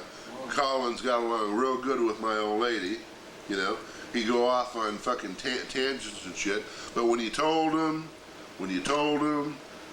to be here, do this, he was fucking there and ready to go and didn't ask any fucking questions, unlike some other asshole. Yeah, like to come out on a fucking boat with you guys and never come back. What the fuck for? Because you didn't like the guy. You had a beef. Oh, didn't like the guy. Then I would shoot the cocksucker, Weberman. So Motherfucker gets in my face, I shoot the son of a bitch. I don't sneak around some fucking conspiratorial shit. What's the difference? The guy's fucking dead. Well, I sure as hell ain't gonna make no accidental drowning and shit. They're gonna find him in a fucking alley with a fucking new headlight on his forehead. But if the guy, you told him, do anything you want, you tell you show up at this time, go out in the fucking boat, and that's the last year. That's when he wasn't doing what he was told. And he was fucking drunk, and I was tired of fucking with him when he got goddamn drunk. Somebody put him up to it, and I figured it was Dwyer. I figured it was fucking Dwyer. Well, he wasn't. He wasn't drunk enough to have a swimming problem. You told an investigator for Jim Garrison, and Collins was in Dallas. No, I didn't tell the fucking investigator. Whenever you don't like somebody, you put him in fucking Dallas. I didn't tell anybody about Collins to fucking anybody. You know. All right, that's what Collins' name doesn't come up with anybody about anything.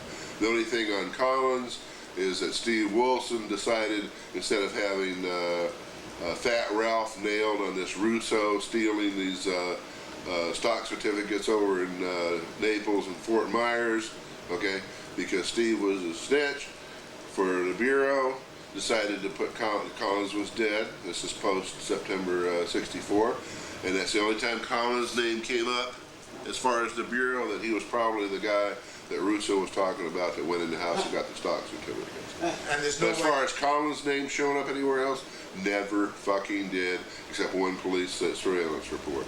Collins' name doesn't appear anywhere because he was in the bush all the time, or he's aboard ship all the time. Show me a fucking report where somebody's reporting on Collins when he's alive. When he's alive, there's a fucking report. They don't exist. He and many other fucking people are not known until they're dead. There was never a report made on the motherfucker. And Steve Wilson's dead too. He shot dope. No, he was a fucking iron worker working downtown Miami and had a fucking aneurysm. Yeah. Now, whether that contributed, who knows? You know, people fucking drop dead working in construction every day. Okay, now listen to this one. On October 2nd, 64, the SAC Miami reported, with respect for the photos of William Houston Seymour received from Dallas, the following is noted. One of the photos was taken by Key West, Florida Sheriff's Office on December 4th, 62. A second photo of Seymour was taken by San Diego, California Police Department in March 59. The Bureau, by teletype dated September 16, 64, to Kansas City, Miami, and San Diego, instructed Miami to obtain the photo of Seymour. Key West Sheriff's Office. Of Seymour, Key West Sheriff's Office. Since the Key West and San Diego photos of Seymour appear to be of two different individuals, deleted PSI under development Miami, who was acquainted with Seymour, was contacted on September 30th, 64. Deleted and the name Hammond fits right in there Oh, as that's far as the good. letters go. That's good. Identified the San Diego photos Weberman as, doesn't fit in. as that, no, too many letters, as that of It's Seymour. abbreviated. And he identified the Key West Sheriff's Department photos as that of Ronald Ponce de Leon, somebody who you know too. He advised that Ponce de Leon may be present in the U.S. Army, possibly in Korea. The only person who could provide that kind of detailed Wilson. information is Hammond. Wilson. Nah, you provide the. We'd catch him in the fucking phone booth when we were going somewhere. They wanted to fucking kill his ass a couple of times. I know you for so long. You provide the detailed information on everything. These guys aren't as smart as you. They don't provide their information. Wouldn't be this detailed. Only somebody. Only Okay, how about me could come stashing my forward car in with the this. civil service fucking investigation, if you've seen that? About stashing my car and they're trying to repo my car before I traveled to California. I stashed the car at Wilson's fucking side yard and covered it with a parachute. He's the only motherfucker who knew the car was there. It's out in the middle of fucking boondocks, the middle of nowhere. He's the only motherfucker knows I parked my car there for a week before I went to California. There it is in the civil service thing. Spilling these guts to civil service and FBI all over again. And never in it. When I sent him to Guatemala with my brother in '75, okay? He admitted he come back, scared shitless, fucking shootouts, Gerald, let me finish. and he went straight to the fucking FBI and said, "You got to help us with these anti-commies down in Guatemala." Total fucking whacked out bullshit. In a Miami LHM and cover later dated September 26, '64, Celio Castro described an American man in What's Dallas going on at that time? with whom Hall and Howard. The left audio trailer shit's for- going on at that time. Castro okay? said Hall visited. And Collins is dead. Okay? Now, who looked more like fucking Oswald, Ponce de Leon, Seymour, or Collins? Collins looked more like Oswald. Okay? Now, was Collins in fucking Texas during 1964? You're goddamn right he was. He went out there with Captain Milton to Aransas Pass, Texas, pick up a fucking shrimp boat, you know? And was he out there talking to fucking people about some he was trying to get in with Lockley to get some of them fucking machine All right, guns. on September 26, '64, Celio Castro described an American man in Dallas with whom Hall and Howard left their trailer of equipment. Castro said Hall Wally visited Welch. an American woman in Dallas with Wally a Welch. 17-year-old daughter. Wally During Welch's contact on receptionist, September 30th. Gloria, Okay. Gloria fucking Rottencrotch, All right. and her 16-year-old daughter, where me and David stayed that fucking night when Right. we were there July the 4th. Okay? Now, how the fuck does Loran Hall know Gloria Rottencrotch? You know? Don't ask me. Doesn't. Never met her in his fucking life. So either Wally Welch, who is Sturgis' How about Lester buddy, during the contact on September 30th, 1964, PSI deleted who I believe was you, advised the American male is probably Lester Loeb, a geologist with the firm Logan Patterson. Only you what know if they this can't? shit. You know what Meadows building you know what I Dallas. found out about None of this these audio other shit? assholes could ever supply. See, this guy will never fucking go anywhere. You know, he comes with off-the-wall fucking bullshit. Instead of interviewing somebody and getting facts from people that are there, he gets all this fucking Devil's Triangle fucking horse shit, and people laugh him out of fucking town. You know. Now, nobody talked to me from the fucking United States government once I went into fucking Special Forces. They weren't allowed to. It's a CIA unit. But you're in the reserve, fucking. It's a man. CIA unit. You're in Miami in the reserve. And it's a CIA unit, you fucking asshole. They weren't allowed to. If I found out about the Sylvia Odio shit was going down, which I didn't find out until fucking Garrison showed me this shit, Okay. you know, and they're talking about extraditing this and that. There's what's going on in September fucking only 64. there's only I one could really person- give a fuck. There's only I one could really person give a fuck. with the mentality to supply detailed information in your crew at the time, and that was you. You don't even know my fucking crew. I know you're a smart guy. You don't even know my fucking information crew. is so fucking detailed that it could only be Hemming supplying. Yeah, you know who they pointed the finger at? It couldn't be fucking Steve No, you know Wilson. who they pointed He the don't finger know at? the firm of Was Logan Davis from there? Meadows Building. Hey. He don't know Gloria Yeah. Crowder, the Dorchester Yeah. House in St. Joseph Street. Yeah, an informant reliable in the past who's been involved in Cuban operations for the last 4 years. No, it says PSI under No. consideration. All the other reports. Possible security. All the latest declassified shit that they didn't want the House Select Committee to know the guy's name because it penetrated the organization. They're still pointing at Davis. Okay? Wilson wasn't around for 4 fucking years.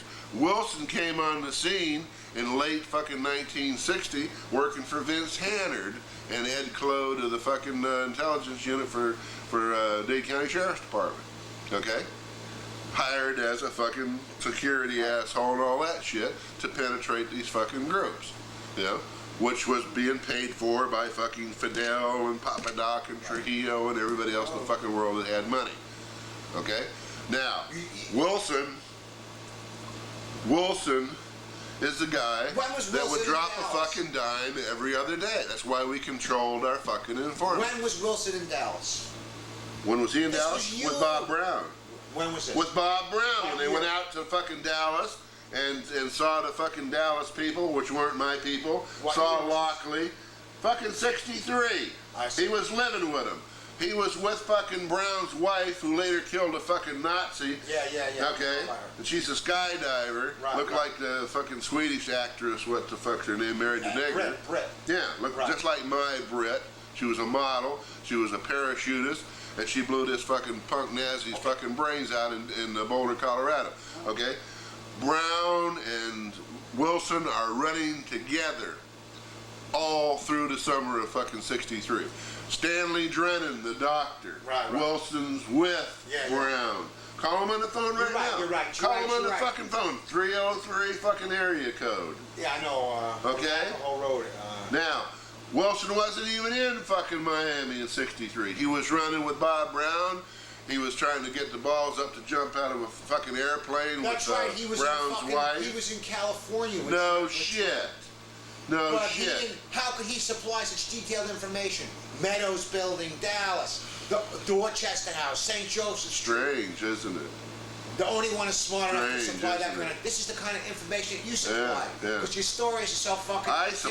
I never supplied fucking information. All right. I never supplied fucking information. The guy wants to write. What do you want? Science fiction? Write the fucking science fiction. Right. Read it in my fucking book next year. Yeah. They'll really laugh their fucking ass off. Wilson was a snitch. Gloria. We controlled him. Gloria Kleinhart was. Collins was informing too. Collins was informing too, but he was informing to the fucking army. Okay. The guy that introduced me to my fucking wife was a fucking informant. Yeah, then why don't they put his name in here if he's dead? Why don't they release his name as an informant? They're holding back the name of an informant because it's somebody who's still alive. Because he's got two beautiful daughters. One lives down the road here. I'm their godfather. Huh? Somebody who's still alive. Eventually they'll release that, and we'll see whose name appears. Collins' daughters live here, and you're their godfather? Yeah. I help raise them kids. Yeah. So, I mean... But there's only one instance where I've mentioned their father's name. You know. What really happened to Collins? What do you think happened? No, this is Wilson, Steve Wilson. Steve Wilson died. He OD'd. Jerry got the autopsy report. He's working an 8-hour. He's working an 8-hour fucking day, and he had a cerebral aneurysm on the fucking job, and the wife collected the insurance. Yeah. Hemming had no beef with the guy, so. Well, I know the guy. The guy had pops. He overlooked. I'm in fucking prison when this happens. What a fucking asshole. Right. I'm in fucking prison 300 miles from here. What year was this when he OD'd? In 84. In 84, okay. He didn't OD. He had an aneurysm from a heart attack from too much drugs. Yeah. All right. Well, sure as hell wasn't fucking from overwork. Now, you wouldn't have a picture of that guy. Oh, shit, we gotta get a hold of Sylvia Odio. You have a picture of that guy, Willis? No picture was ever taken. No picture of Willis. No picture was ever taken. You want a picture? Yeah. Guatemala City, February 1959, when they were arrested for an attempted assassination of the President of Guatemala. Willis and his cohort identifying themselves as Martin Borman and Otto Scorzani. Right. Okay. And then they got into the central prison and created a fucking uprising there 2 months later, and there were riots all over the fucking city because Castillo Armis's people, who now run Guatemala, were in there. And so Willis was in tight with all of those now, Lorraine Castillo Hall, Armis people. Lorraine Hall claimed that you tipped off the cops to his presence in Dallas. Hemming tipped off the cops. My arrest was for the records to show that Lorraine Hall was in Dallas in October '63. You're driving a trailer with a fucking license plate. I got the number of the license plate in case you want it. Not The so. license plate was hanging off. There was no fucking, they never hooked up the lights to the trailer. And they're driving around at 1 o'clock in the morning in downtown fucking Dallas, you know, looking for Salvation Army or some fucking thing, you know, because they got into town late. And it called Lester Logue up and woke him up. And Logue had been tipped off, you know, don't fuck around with this Hall guy, this weird shit going on. So at that point in time, Howard and Seymour and Castro and the others said, fuck Salvation Army, you got big contacts here, all this kind of bullshit, and they took off, okay? So theoretically, their story is Hall was left there by himself, and the trailer was left, and Lester Logue felt sorry, you know, got him bonded out, and had the trailer picked up, because they impounded the fucking trailer. It's full of all kinds of prescription medicines, you know? Right.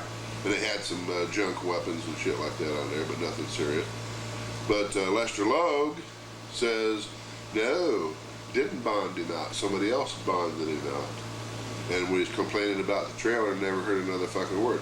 Next thing, we find the trailer over at a dentist's house over at Bay Point in Miami, parked behind his house. One of my contacts, which he had never met in his fucking life, that Collins knew, but we never put Collins with Hall. Never have put him with Hall. And we hadn't talked to this dentist, Shockett, in 3 fucking years. I mean, it's just a losing proposition with these John Burchards, you know. So here's Hall and the trailer. So I found out about it, and I went over to the dentist, and I said, hey, I'll take the fucking trailer, and I think my weapon's in there too, and all that. Well, then I found out the dentist had bought the weapon. Yeah. Oh, here it is. Gave it back to me, which I kept until I left for the West Coast in '67, and I gave it to, or sold it to Anselmo Allegro. But this was really something You sold it to that I'm hearing. To Watley, you sold it to? I sold it to Anselmo Allegro. Right, right. His father was the guy that took over Cuba when Batista left. He was the president of the Cuban Senate. Then how come you weren't you talking to, The dentist knew I was pissed off. He didn't even ask me for the money that he had given to Hall. Hall had sold it to him for $100 or something. who was Hathcock's partner? What was his name again? The other guy was, Well, the Dino employee Cellini, Dino was Cellini's sister. Roy Payne. Roy Payne. Yeah. Roy Payne claims that he ended up with that gun. No. He said that you talked to him, you had a talk with him No. about the gun. No, I asked him when I went out there in '67. Okay, I looked up Hathcock, Payne. I had to track Payne down to Santa Monica. He was hiding out, so I had to pull some fucking markers in to find out where he's at. Hathcock didn't know where he's at. Everybody else in the community didn't know where his ass was. So I showed up on his doorstep, and he's living in a nigger's house in Santa Monica, scared shitless. You know, I said, "What's the problem? You're worried about this Garrison extraditing and all this kind of bullshit?" And I figured he'd say, "What Garrison?" You know, and out come the shit. Yeah. I said, "They ain't got your fucking name. Yeah, they don't know you. They never fucking learned. Nobody knows you. I just talked to Hancock. You don't know shit." This FBI guy, Crow, FBI agent Crow, interviewed Payne, who subsequently reported the FBI someone When? was, this is like right after the assassination, November 23rd. Talking to Crow Payne? interviewed Payne. Hathcock reported, the day after this Kennedy was killed, I received a phone call from the FBI agent Jerry Crow, who asked me if Roy Payne worked for me. Crow then interviewed Payne, who subsequently reported, the FBI or someone was, I could only make the assumption, following me, and did tail me for some months after that. Within a week after the president's assassination, I traveled to Who's the Palm link to Springs. Payne? Who's the link to Payne and About Hancock? 3 a.m., I had occasion to see... Who's the link to Payne and Hancock? Give me my cell phone. You're full of shit. They ain't talking no One second. Hancock I want right to after the check this out. assassination. Hello? What rifle is he talking about? The rifle that is supposedly to refer back to that rifle that Hall took out of porn. See, but then you got that back from him somehow. You got it out of the medical trailer in the back there. You went The dentist, moved at the it. dentist house. Right, right. Shock it. But how did Roy Payne end up with it? Roy Payne. What rifle is he talking about here? Roy Payne, I probably said, yeah, thanks for the coffee. 20 words to him in his fucking life in January '63. And then one night in 1967, probably August or September, tracking him down, get some information that I needed, and probably spent 2 hours with him. And I was driving a black and white unit when I found him. Okay, so that had to be 68. So all in all, Roy Payne and me have chatted for 30 seconds in '63 and for 2 hours in '68. Okay. So I don't understand what that means. Hemming stated that he recovered the weapon from hit Dr. me. Crockett in Miami. Hit me like a ton of fucking January bricks. 64. Yeah. What rifle is he talking about? Pat Crockett told me Roy Payne's the guy that talked to the feds and all that kind of bullshit. I don't mind going talking to Garrison. He's had Weisberg out here talking to me and all that shit. I said, who the fuck is Roy? I said, I was talking about Roy Hargraves. I said, you're dealing with Roy Hargraves? He just came out to the West Coast with me last year. No, Roy Payne. Who the fuck is Roy Payne? You mean the guy that brought us the coffee when me and Hall were there in the office? Who the fuck is he? No, this guy, he knows everything about everything that's going on. So I tracked his ass down. He's telling me all kinds of shit. And I'm saying, does Hadcock know any of this shit? Huh? I never was around Hadcock during this shit. So I said, what the fuck is your story? Yeah, who the fuck are you? Yeah, you're supposed to be working for Hadcock. Now, here you're talking about Dino Cellini, and they're mentioning names you expect me to recognize. You know? Now you gotta tell me who these fucking people are, because I don't know who the fuck they are. And he's reeling this shit off. He's scared shitless. When did you live in Monterey Park? You weren't there after the assassination. When did he talking about? I did on one occasion go and drive out to visit with Jerry Patrick Hemming, who was living in Monterey Park. I lived in Monterey Park. He discussed with me at the time turning over. I lived in El Monte when I went to the Marine Corps, and since the rifle was his. my old man had the TV shop in Alhambra, so that's not Monterey Park. I never had any further contact with him. Moved out of Monterey Park in 1951. Never lived there again. So why does this guy say that he met you in Monterey? You were living in Monterey Park. You asked him about the rifle. He was being followed. His office was broken into.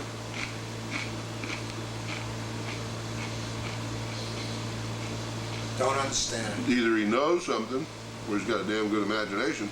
And I discount imagination because very little has been published, even to this day. Even somebody looking through the Warren Commission report and all that shit cannot. Tosh Plumley got a pretty good library. Okay, so Plumley, he can pick up and fill in gaps on a lot of shit. Gets himself on TV every now and then. In 1965, Hemming was involved with Robert Alejos in an attempt to overthrow the government of Guatemala. Yeah. This is according to CIA. What year was this? 65. Yeah. But you're still in the reserve. Yeah. It's a technical term. It's a National Guard. How often do you have to appear there? Who's Alejos? Alejos was the guy that supplied he's a Guatemalan politician who supplied the CIA with the basic plantation to set up the retro Bay of Pigs training camp. Yeah, who's part of the Bay of Pigs operation. Roberto Alejos. His brother was the ambassador to Washington. Now a Guatemalan millionaire residing in Miami, Florida, planned the overthrow of the government in Guatemala in the spring of '65, using a group of Cuban exiles he had recruited for the operation. On May 4th, '65, Alejos was apprehended and his arms were seized. Hemming flew Alejos to Puerto Vallarta, Guatemala, on October 13th, 1965. Yeah. So you're going to overthrow Montenegro. He was involved. He was cutting a deal with the guerrillas. Well, we were actually more interested in the Dominican Republic. The what? Dominican Republic. Trujillo. No. Camano Dano, the left-wing government was in. Oh. They're trying to get Balaguer in. That's why we invaded in May of '65. Now what? All of a We sudden. had a lot of Cubans in there that were ex-rebels working with the Dominican government. Before this, you involved in. That was a left-wing government. You were involved in anti-Castro activity. You were involved in trying to assassinate Castro. You know, and then all of a sudden, after the Kennedy assassination, you seem to be getting involved in coup d'états. Was that because, you know, you were the ringleader of the Kennedy assassination? So Well- they figured, hey, if you can knock off the president of the United States, why not a little shithole like a president of Guatemala? No, or the Dominican Republic? 1958, I could be accused of trying to overthrow Batista. 1959, we landed in the Dominican True, Republic true. against Trujillo. We landed in Haiti against Papa Doc. We landed in fucking Nicaragua True, against Somoza. True, And every year after that, I don't recall not trying to overthrow some fucking government somewhere. You don't think I didn't invent one. So what's new? Okay, the CIA reporter. Man, for a very organized guy, you're a real anarchist. I've been involved in urban renewal since I was a teenager.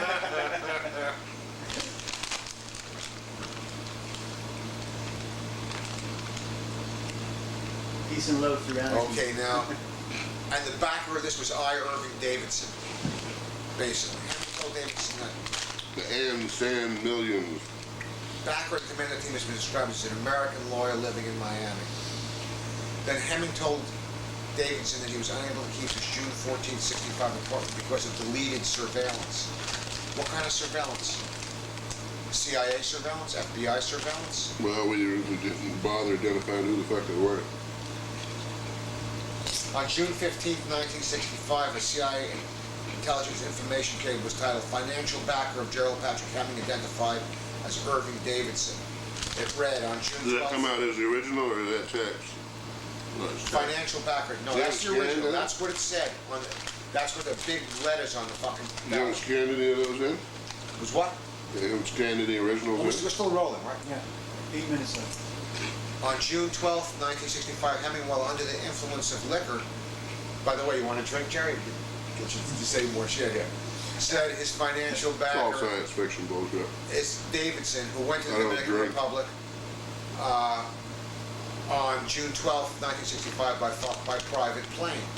On June 16, 1965, Anton Costanzo Paulo deleted that I. Irving Davidson was the intermediary between Imbert and Hemming. Davidson told Hemming, I'm tired of running the show.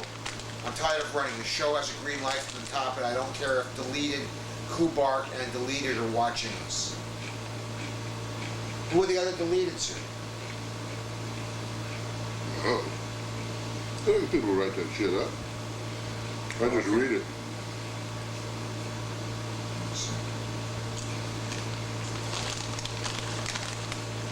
On July 1465, Constanzo told deleted that he has appointed Frank Fiorini, Nino Diaz, and others to lead his force, which will number about 3,000 men.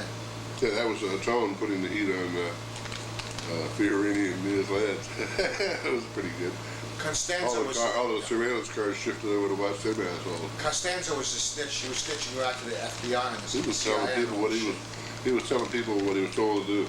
He's the guy that brought, with Jorge Soto, the first 50 recruits to Fidel in December of 1957, or in December of 56. First rebels to join Fidel in the mountains were led by Jorge Soto and Antón Constanzo Bilbao. Now Antón, before and after the Bay Pigs, was at one time working for the CIA. Okay. No way are we going to cut a guy off from these case officers. And you got to feed the case officers data. Something's going on, feed it to them. I see, I see. Keeps the heat off of him. Otherwise, they cut his check off, cause him immigration problems, ship his ass back to Guantanamo. You got to protect his people.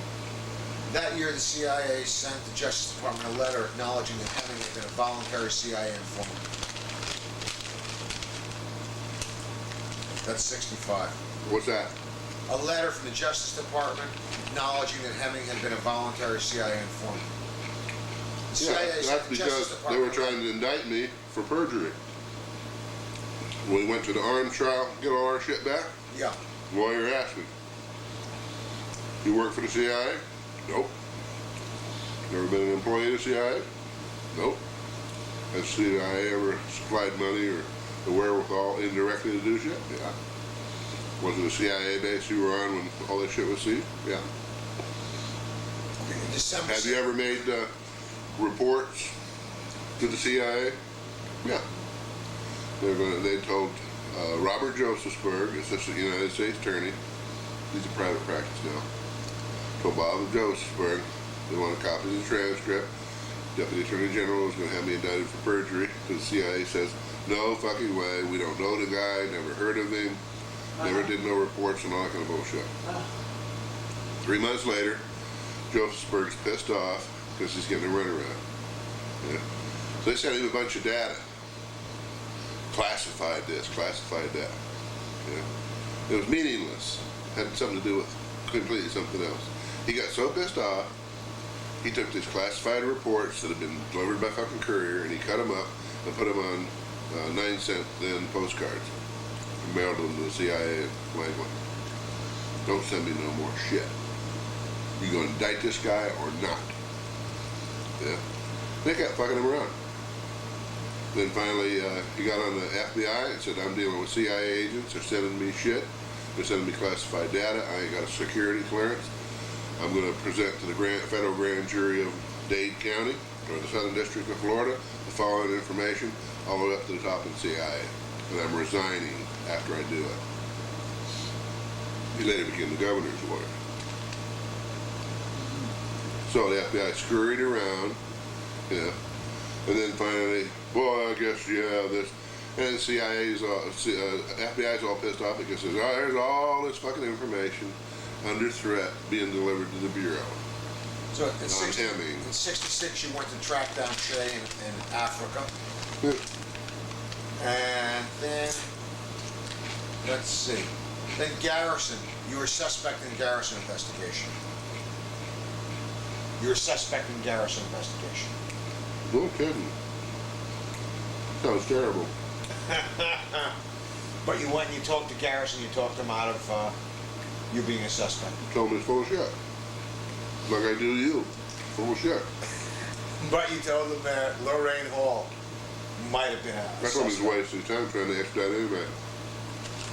She's I said, what I know of it, what you showed me, is this woman, what's come out in the newspaper, that saw Oswald, and now they're trying to finger No Name Key. They're trying to finger me. What leads to me? No Name Key. Howard, Right. Seymour, and all these The Julio incident. Why are they pointing the finger at me? Yeah? Now they want to point the finger at me? What's going on? Hall was one of their fucking snitches. You know? Seymour worked for the fucking Navy O&I for a while. Howard worked for fucking ATF. Yeah? But you just Everybody we worked with was working for somebody. Right. Okay? You said now, why Constantine is was Hoover? part of I says, why? I told Garrison this. Why is Hoover pointing the finger at me publicly now? Pointing the finger to No Name Key. Why? Because we got some fucking photographs of that cocksucker with his fucking boyfriend. Gave him to Bobby Kennedy back in '62. And you can go to the bank with that. Why is he trying to burn me? Huh? Somebody better find out. Because half the people that were approaching us to do the Kennedy hit were fucking FBI, federal fucking type motherfuckers. Constantly. Okay, so then you were hired by Abe, and then Garrison fucked that up because he threatened to extradite you. Me and Brown. And here's Brown, shows up in town a couple days later, working for Life magazine. Right. I said, you don't have to extradite him. He's working for Life magazine. He's gonna burn your ass. And so you offered your services as a private investigator to Jim Garrison. No. I said, if you're serious, I'm gonna find out what people were doing and get to real people, not all these fucking ne'er-do-wells and shitheads. If you really got something and you want to do it, you ain't got nobody around here. I said, Tom Bethel here, he's a fucking snitch. Right, Limey? You're a limey cocksucking fucking snitch. And you, fucking Boxley, you're a fucking company snitch. You're a penetrator here too.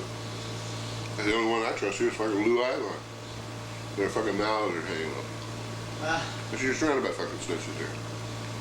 How They're gonna come fry your fucking balls. La Board was subpoenaed by Garrison? Where would he get Laborde's name? From you? Nope. Nobody that was a company employee was ever mentioned to Garrison.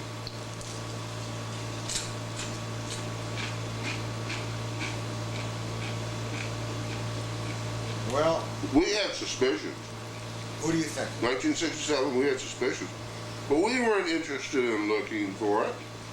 I called Charles Bartlett up from New Orleans. I said, you been over with Bobby recently? Yeah, tonight. I said, you know, I was on my way, AID. I'm here with fucking Garrison. Yeah. Is there any interest? Yeah. Give him a call. What do you think? I think the guy's an asshole. Which guy's this? Garrison. I said, I think Garrison's an asshole. And who called you up on this? No, I called Charles Bartlett. Right. And Bartlett called Bobby Kennedy. He got back to me that night. And I said, what do you think? But publicity shit, or, you know, what's the word up in D.C.? Well, the guy has come up with some interesting shit. That's not as far as I'm concerned. He didn't have my right fucking address. This guy don't know shit from Chinola. Yeah. But I'm going to have to stick around here, determine that before I risk a fucking government career. Well, this asshole fucking up. He said, well,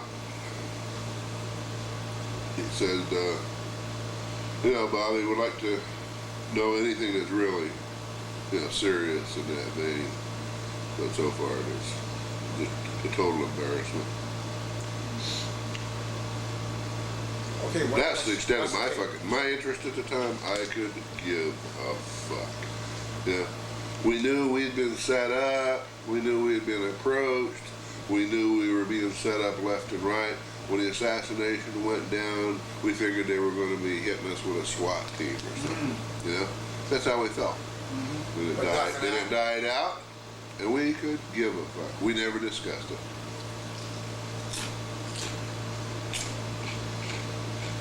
Now we're pissed off. These assholes committed an act of treason.